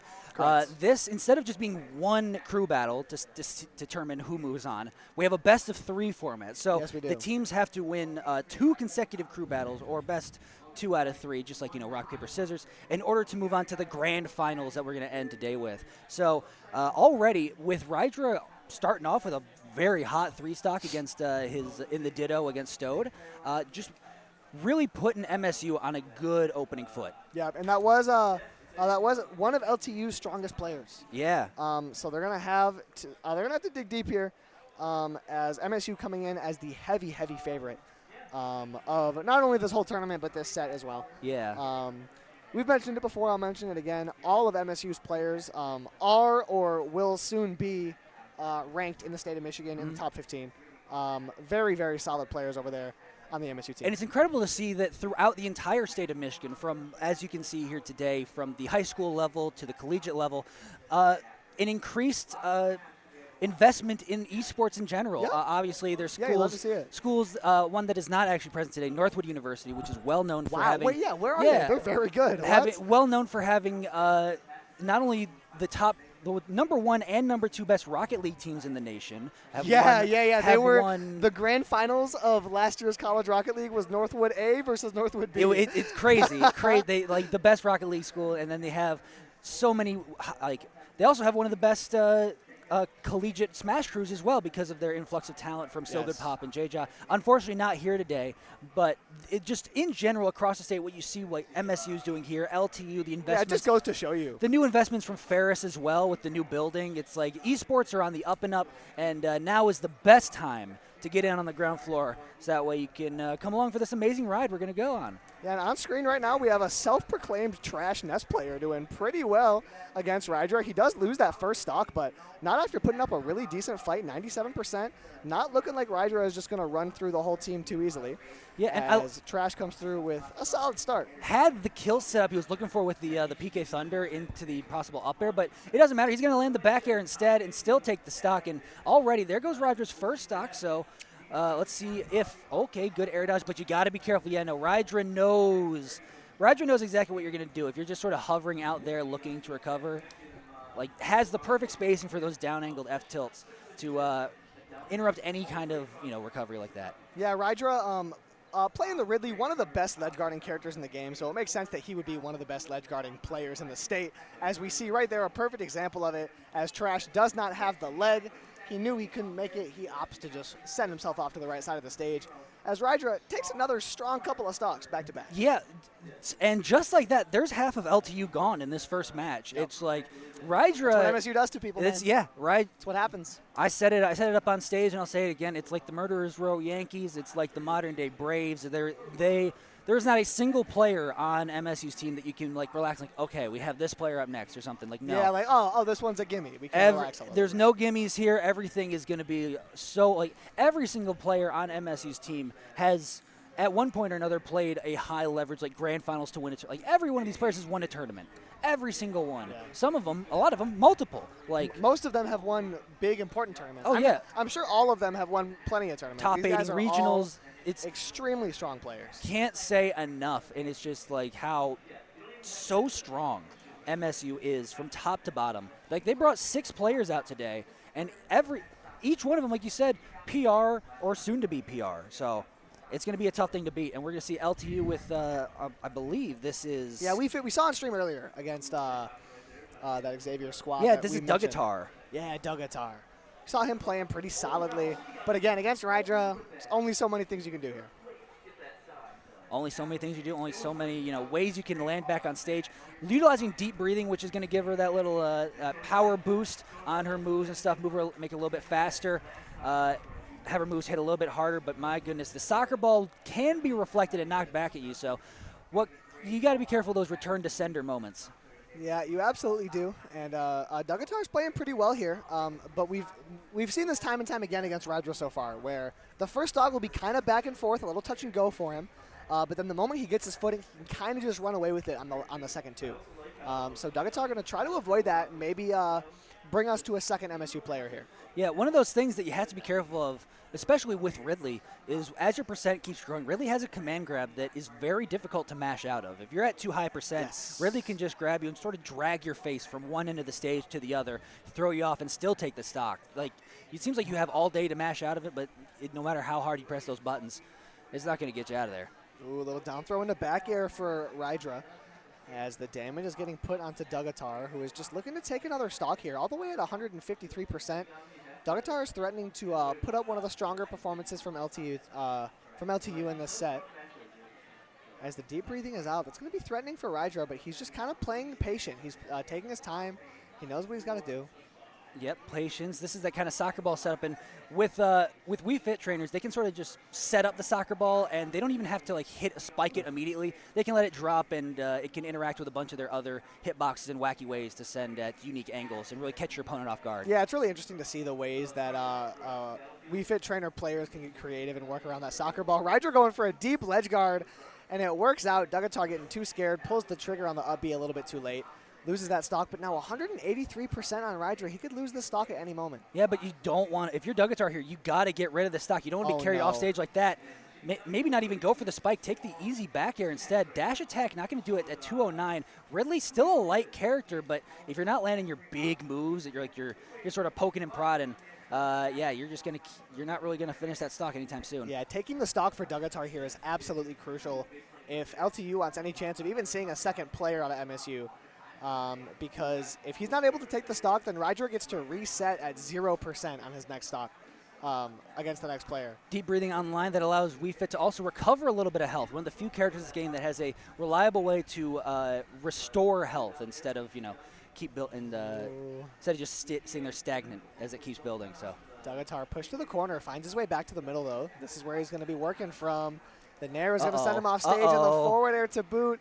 He's got to be careful here off stage against Rydra. He's so good in these scenarios. The late hit of Nair is going to send him backwards. And now below the stage, that's going to hit him right back into it. Far too strong to do anything about it, as Rydra survives well over 200% and takes that stock off of Dugatar. And with that, Rydra's going to return back to 0% for this next matchup. And another thing to notice is when Wii Fit Trainer or Dugatar hit the wall there, you saw that big red spark kind of thing. That means that move was untechable. Or is, hey, we fought 700 battles. Hey, congratulations. Yippee. So what that means is the fact that the opponent, typically in those situations, you can press one of the shoulder buttons in order to, just sort of stop your tracks, almost like you catch yourself against the wall and then get back. But with the red spark, that move is unable, it's too powerful for even that. So all you have to do is just eat it, bounce off, and lose a stock. So nothing Dugatar could have done in that case. And now Nothing LTU. Dugatar could have done Atar. Yeah, I like that. Thank you. And now LTU moves on to the last player, who I believe is Super Mario. No, it's not. Stode, Dugatar. Yeah, this is one more player. Yeah, I'm not sure who we'll see because we didn't get to see LTU's full roster earlier. As we saw them pretty convincingly clean up we saw San Stode, Xavier's on stream. Yeah. So, but we're going to Battlefield. Yes, we are. Which there's so many layers to crew battles in general. There's not only they're sending in the right player at the right time to counterpick your opponent who, with a certain character or a certain matchup. But you also have to pick the stage, which in normal 1v1 sort of bracket play is oftentimes one of the big defining things for a matchup is what stages you play on. Because they all vary with how many platforms they have, how big they are from where the blast zones are. How tall, how wide. Yeah, so it just one more level of depth to the crew battle format that just makes it such a rich and interesting way to play this game. So we are going to see Vry the Byleth with one last final stand here against Rydra's 2 stocks still. Rydra. I meant to say Vrylith. All right, here we go. Off into the beginning of this game. Both these players just fighting for advantage, and Vry finds the first connection. Another time we're seeing Rydro start off pretty slowly. But again, once he gets those openings, things get real scary real quickly. As Vry gets hit off stage, the Nair's not going to connect. And there's that command grab that'll carry you all the way across the stage. Now, interesting thing to mention with this character Vry's playing is that for a long time, a good era of this game, a player named MK Leo, #1 in the world for the longest time, picked up this character and was able to do things and just steal stocks in ways nobody has ever seen before. Dominated with the character. And now we're going to see what Vry can do to sort of possibly steal stocks in a similar way. However, at 139%, you have to make sure you're landing your sweet spots on your aerials and can't rely too heavily on the arrow because it takes so long to start up. And see, a lot of what that player you were talking about, MK Leo, would do to dominate with this character is he would scare you. He's a very good player. So when you were in neutral and you were just kind of fighting for any hit, he would kind of scare you. And then when he gets that first hit, he's just in your head. He knows what you're going to do. And Rydra, definitely an unwavering type of player in this matchup. So that fear factor isn't necessarily going to be there as Vry loses his second stock off the side with 11 stocks still to take. So to mention for all the casual viewers, I guess, and to equate this game, many people may see this as like, well, they're just sort of jumping around. How do I know what they're doing? Well, there's a lot of technical aspects that go behind the scenes to the very movement and controlling your character. In a way similar to the only way I can think of it is calling it action chess, because you win in multiple ways. You win not only through percents of taking stocks, but in order to do that, you have to win the mental game. You have to be inside your opponent's head and recognize the patterns that they're doing, their habits and what they do. Pattern recognition. Yes, reading, recognizing it, and punishing their nasty bad habits they keep doing over and over again. Which is something we've seen Rydra do to spades in this set, in this entire match. Yeah, you can see that Rydra is definitely excelling at that. Rydra on OCV. This is quite literally one stock away from being an OCV. There it's an OCV for game #1. There it is. Rydra takes 12 stocks, only losing 1 in game 1. As we go into game 2, LTU has got another shot at it as each team is required to win 2 to move on to the next round, but things are not looking easy for LTU. That's a clean sweep. And now, winner of this does move on to the finals, Yep, right? yep. Winner of this moves on to the finals. So LTU wants to make it. They have to win now 2 full crew battles as well. In a row. Yep, in a row against the best team here. Against arguably what is a lot of people are saying is the best team here. So we're gonna. I mean, now's the time that you sort of regroup, recollect yourself. Like, okay, what happened? What went wrong? I think the real answer to that is we couldn't take the stocks off the Ridley.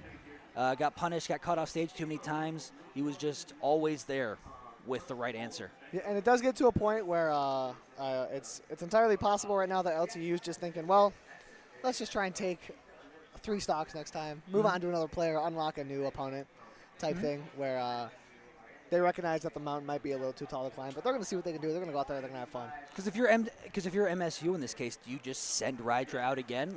Yeah, it worked the first time. I mean, hey, if it ain't broke, don't fix it. But do you want to ride that horse through, all the way across the plains, and then still have to rely on him in the grand finals? You don't want to use too much of your energy too quickly. I am wondering because it does look like both teams walked away from the setup, so maybe we were misinformed about this set being best of 3.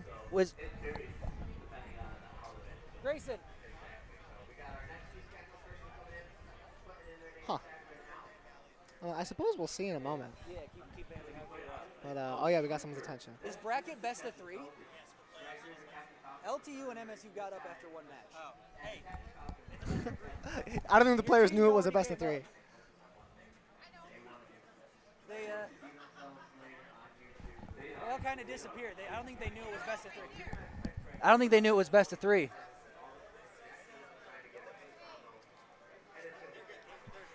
Oh, they're figuring it out? Okay. We just saw them all get up and disappear. Like, uh-oh, did they not know? All right, cool. So, yeah. All right, we got it. Brief momentary wait. So, Rydra lost 1 stock. Yeah, correct. He got real close to losing a second one, though. Oh, okay. That makes sense. That makes sense. So. Okay. Oh. We saw him. We saw y'all disappear. It's like, uh-oh. Yeah, we moved off to the side to talk about I should. Are you on LTU? I'm an assistant coach right now. I should not have Assistant said give coach. up. Gotcha. Okay. Hey, when you watch this VOD back, because I'm looking at you because you're going to probably watch this VOD back. I apologize for saying giving up.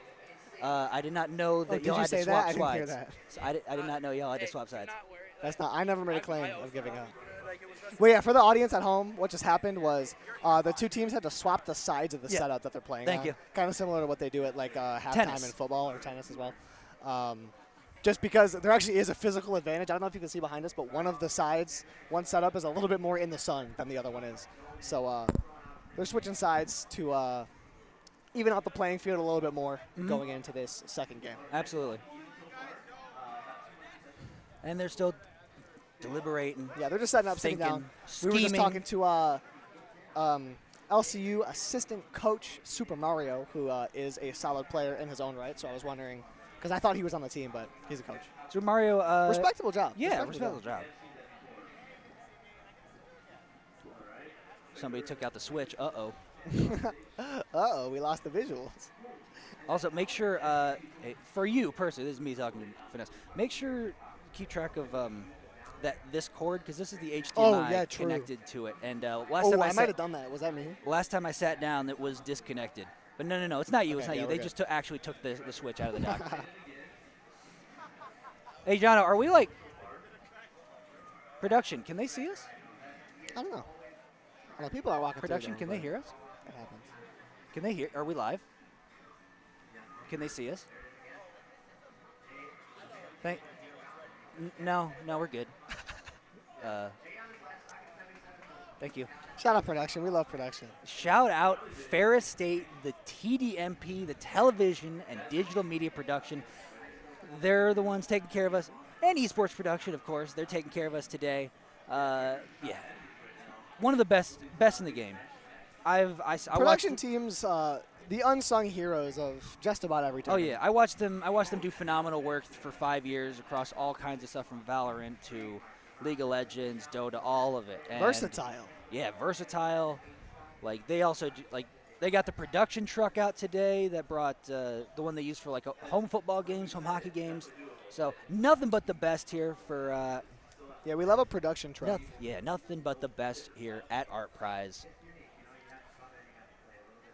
They're still thinking. Oh no, here we go. We're sitting down, and it looks like we're starting off with Dice. MSU this time is going to open up with Dice, arguably probably their best player, coming through as last season ranked number 2 in Michigan.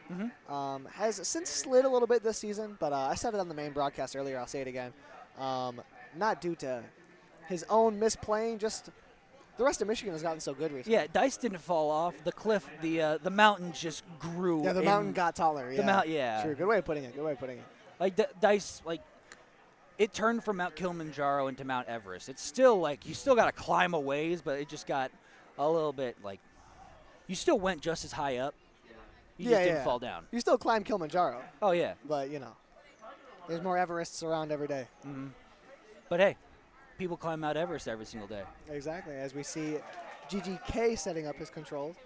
I want to say this is an LTU sub. I don't think we saw him last game. Or maybe they're just redoing all their controls. I'm not totally sure. Yeah, Dice has to make his controls because most of MSU didn't play. Yeah, that's right.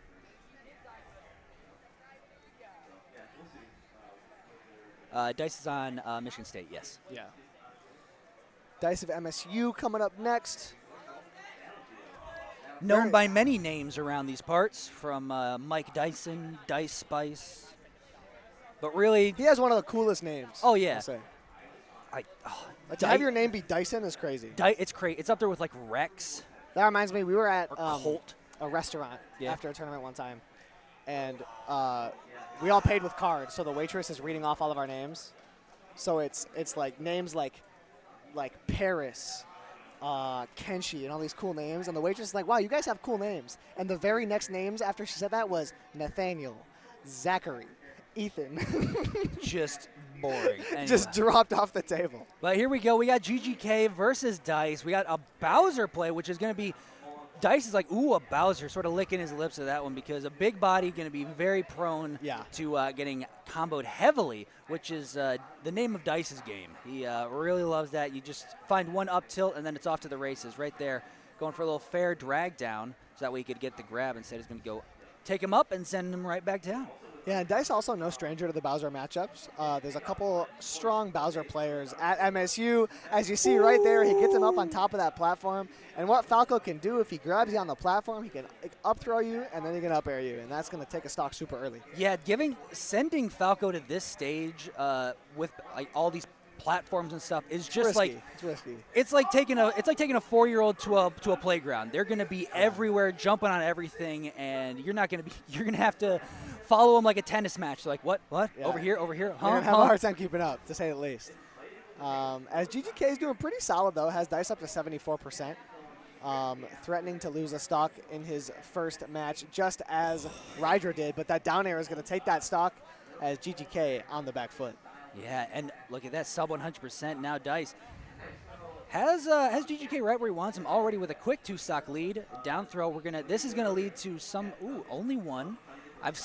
We saw earlier Dice could got multiple of those fair drag downs. Here we go, up tilt, another one for good measure. A couple up airs. Look at that percent he's building. There you go. Jump scare moment as the Bowser back air. Stock. LTU makes a little bit of noise, clapping it up a bit for their boy. The Bowser back air is a jump scare. It comes out so fast, hits so hard. It's like not many people ever see it coming. But good job from GGK to survive, and a little bit longer on that one. Gets a Bowser bomb on the top of the platform to do 22%. And that's not where you want to be. Yeah, you missed that Bowser Fire Breath. That move has a lot of end lag. It gives Dice ample chance to punish it with a forward smash. Bowser just got caught catching flies in his mouth, hanging there with his jaw just dropped open. Yeah, Dice punished accordingly. That's exactly what you want in that scenario. As GGK does take a stock, doing as well as any LTU player has done so far in this matchup. Similar to what Stowe did against Rydra, game 1. Yep. Yeah, Stowe definitely one of LTU's stronger players. Pretty solid Ridley main coming out of Southeast Michigan, I do believe. And trying to see who they're sending in next. I think this is Dugatar, maybe? Could be. Could be Dugatar. Going to PS2, not going to give Dice the luxury of those platforms again. No. And Want to keep him? Oh, it's going to be the This Ness. is going to be that Ness player. We got Trash on screen. The Ness matchup, another one that Dice is super familiar with, a tournament that he goes to most often, features 3 to 4 prominent Nesses just about every week. Including you. Arguably, we'll call that. It's in your name. We'll call that prominent. It's in your name, so we'll count that. Ooh, Trash pulling out the Ness taunt. Hit him with the okay. Okay. I like it. Ness starting off, he's got some shorts. They are cozy and easy to wear. Yeah, man. Ness looks comfortable. I like his hat, by the way. Oh, it's yeah. I strive to dress like Ness personally. You do a good job of it. I've seen you with your horizontal stripes. Right, exactly. See, you get me. I do. You understand me. I 100% do. Just as Dice understands Falco. Oh, he knows his character like the back of his hand, inside and out, everything the character is capable of. And Dice already, though, Trash, making things a little interesting off the start. Yeah, Dice sticking exclusively to Falco, which is becoming more and more rare in today's meta and the way the game is played. In this current era of Smash Ultimate, it's more and more common for players to have multiple characters to deal with matchups that they don't like.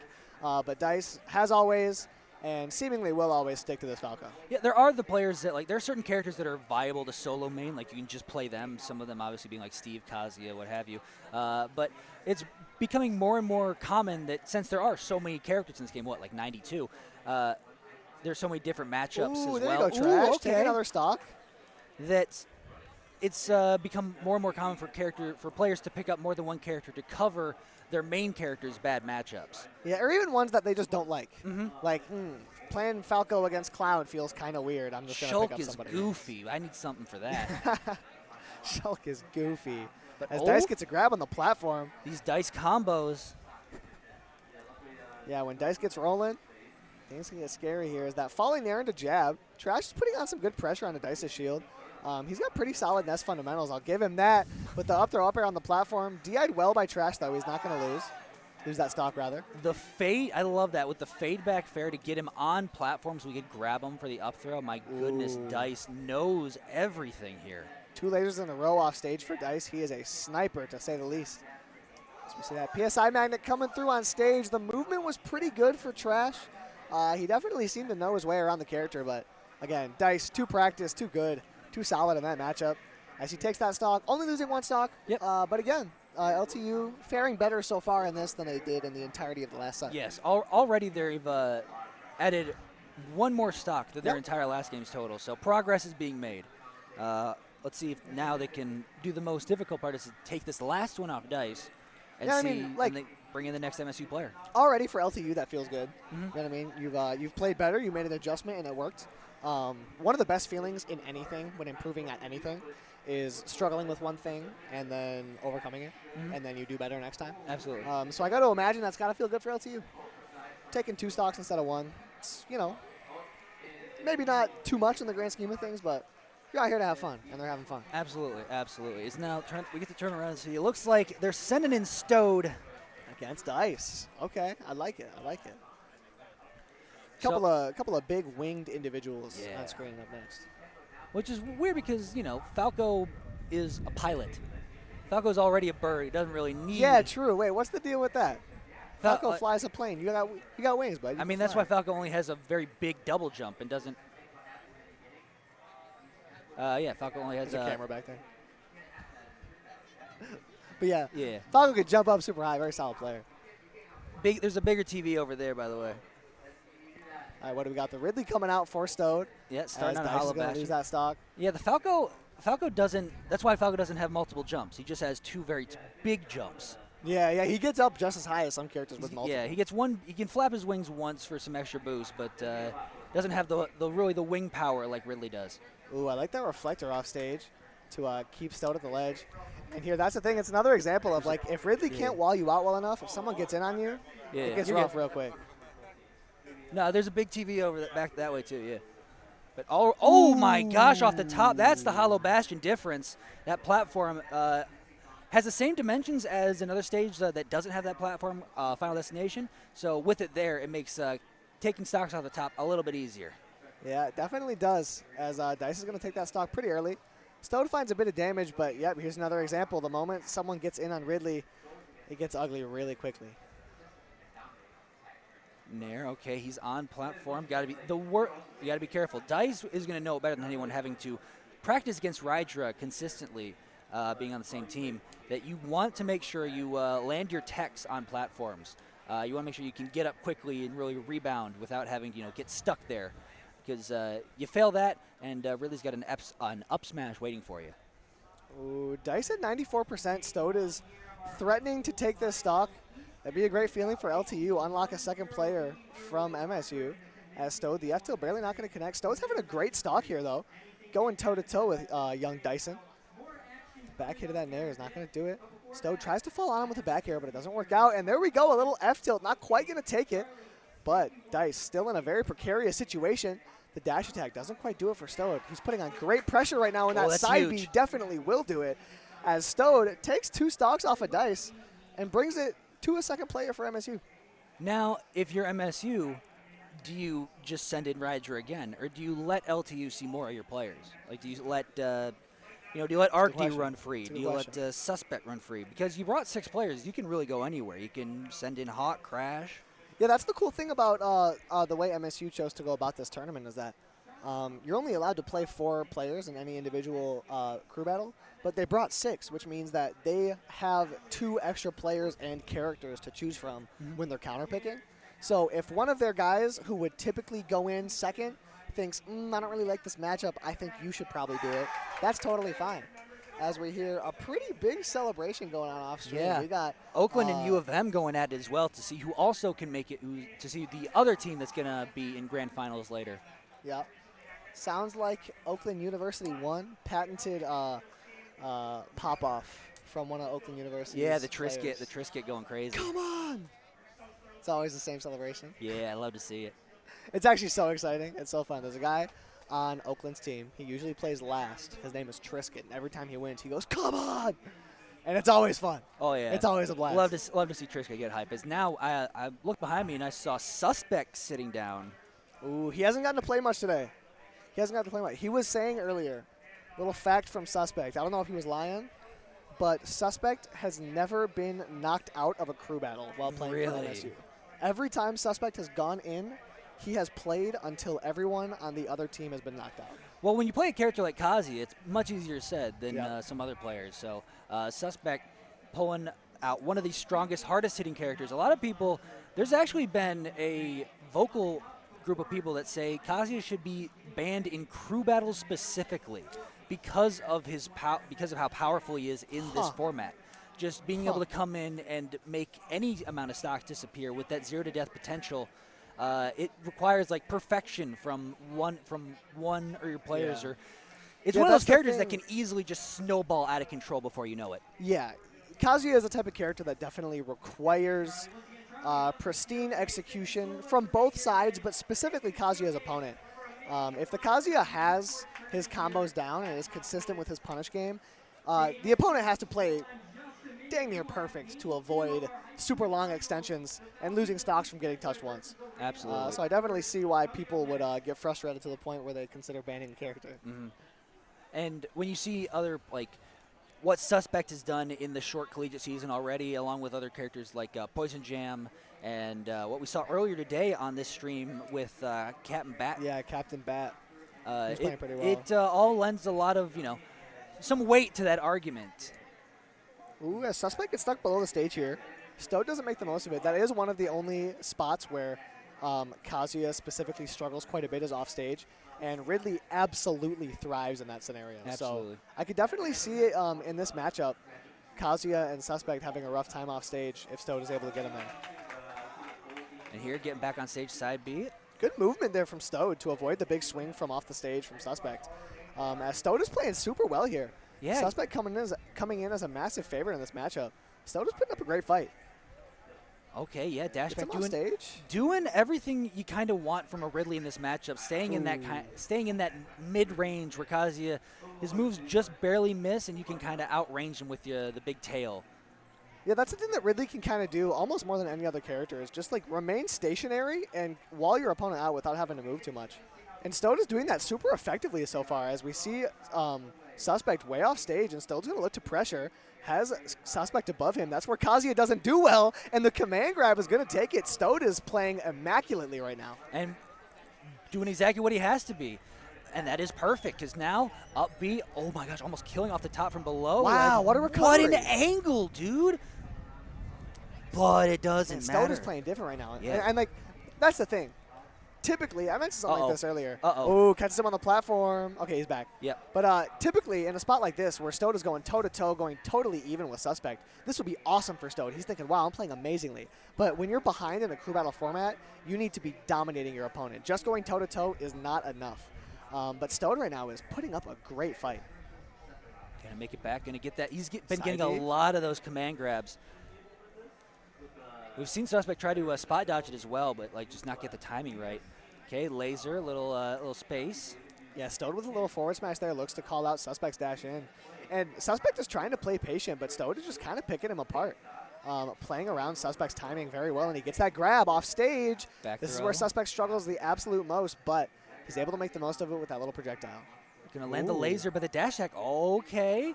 Almost taking it off the side, a little stall here. Recovery, love that recovery. All the patience, but getting carried from one side of the stage to the other. And all of a sudden, Stode's woken up, and he's like, I will not go quietly into the night. LTU is here to stay for a few more seconds. Yeah. He's going to lose the stock there, but Stode taking 2 solid stocks off a Suspect. Absolutely. Much to the surprise of myself. I'm not sure about you, but good stuff from Stode there. LTU has a chance to do something that, I mean, if the claims are true, nobody's been able to do, and that is knock Suspect out of crew battle. Yeah. They got one. They're down to their last stock. One player, 3 lives to do it. Back down to, I believe they're going to play Dugatar here. Yep. That would be my assumption. especially because Kazuya can sometimes struggle against characters with solid projectile games. Although I will say, Suspect is one of the best Kazuyas I know at actually utilizing his reflector. Yeah, most certainly. Because for some reason this character has that. Because for some reason this character needs that. Yeah. Kazuya does have one move where if inputted correctly and at the right time, he kind of kicks his opponent's projectile right back at him. And what happens when he kicks it back is the projectile gets a damage multiplier. Mm-hmm. So not only do you send it back, but you send it back way harder than it came. Mm-hmm. And as you mentioned, Suspect is very good at doing that. Yeah, it does more damage, does more knockback, and it's caused, like, I've seen cases where Kazuya reflects the right move at the right time, and it kills the opponent in one hit. Yeah. It does that much. Saw a little video on Twitter that happened recently. All right, as Dugatar is going to come out, Suspect with only one stock. LTU looking to be the first team to ever knock Suspect out of a crew battle. Again, according to Suspect. Yep. And Suspect looking 3 stocks away from sending MSU to the grand finals of this event. All right, we'll see. Suspect. But here you go. Starting up the engine, turnaround, gets it again. This is what he needs. That's going to be the stock. Wow, not quite. On this time? There there you go. So that is the real power of Kazuya that a lot of people wonder. We've been talking this whole stream on main and on this stream about how strong Kazuya's punish game is once he gets a first hit. And the viewer from home who doesn't watch the game very much might be thinking, what are they talking about? Yeah. He hasn't really done that. But Suspect just shows you exactly what we mean. He finds an opening, and he executes perfectly. And here's another one. Not As able we to get say, it done, the TOD or touch of death is all he needs is one. And, it's difficult to input, mind you. It is very it's not easy, for sure. It's not easy to do. Doesn't make it any less powerful, though. Exactly. Which means Dugatar is racking up quite a bit of damage, keeping himself toe-to-toe with the possibility of taking a stock here. And there he goes. Off the top yet again, Dugatar with a little bit of a lead, but against Suspect, that's not going to matter too much. He's going to look to dig deep and take a stock off a Suspect here. Uh-oh, no. The Suspect finds a don't grab. tell what happens again. Oh, but he doesn't get the down air. Oh, no. Is that it? Uh-oh. Goes for it again. Doesn't get the crumple. Suspect does not want to get knocked out of this game, Oh, and he barely avoids it right there. Dugatar staying just out of harm's way, and that might do it. Not quite, but the ledge guard from Suspect the gate's is threatening, going deep, but not enough. Jab, 1, 2, 3, and it will do it. And just like that with one stock, because he only needs one. Yep, that's all he needs. LTU shows some promise at the end there with Stode having a decent run, but Suspect locks in and shuts him down, as that is a 2-0 finish in the favor of MSU in dominant fashion. The winner of this, being MSU, will go on to fight the winner of Oakland versus U of M, which I believe has already happened, but we're not sure what the result is. And so I believe with that, the grand finals are set. That's correct. And from us, that will be all for today's stream on this. So thank you all for tuning in, and have a wonderful day. I have been Maximus. I have been Finesse. And until next time, tune in on that main stream to catch more of us in just a little bit. And until next time, folks, see ya. Bye, everybody.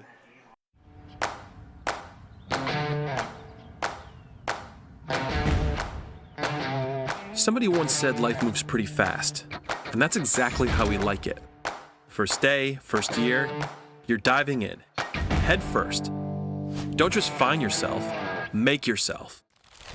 Want to build something? Great. Learn to melt metal with fire. Start businesses, build bridges, raise a whole city. Future in fighting crime? Want to save lives? Care for eyes? Do it all here. And here too, side by side with the pros. But you've got to go forward fast. Why? No time to explain. Okay, fine. We'll explain. Because today is now, and tomorrow is soon. And to get ahead of the game, you got to get ahead of your time. See this guy? That's Woodbridge Ferris. He founded this place with purpose to help everyone move forward. Big Rapids? No, bigger. How about the whole state, the country, the world? Forward, not backwards, not sideways, forward. So get moving. Move your ideas, move others' minds too. This is your future, your opportunity. So take it and move all of us forward.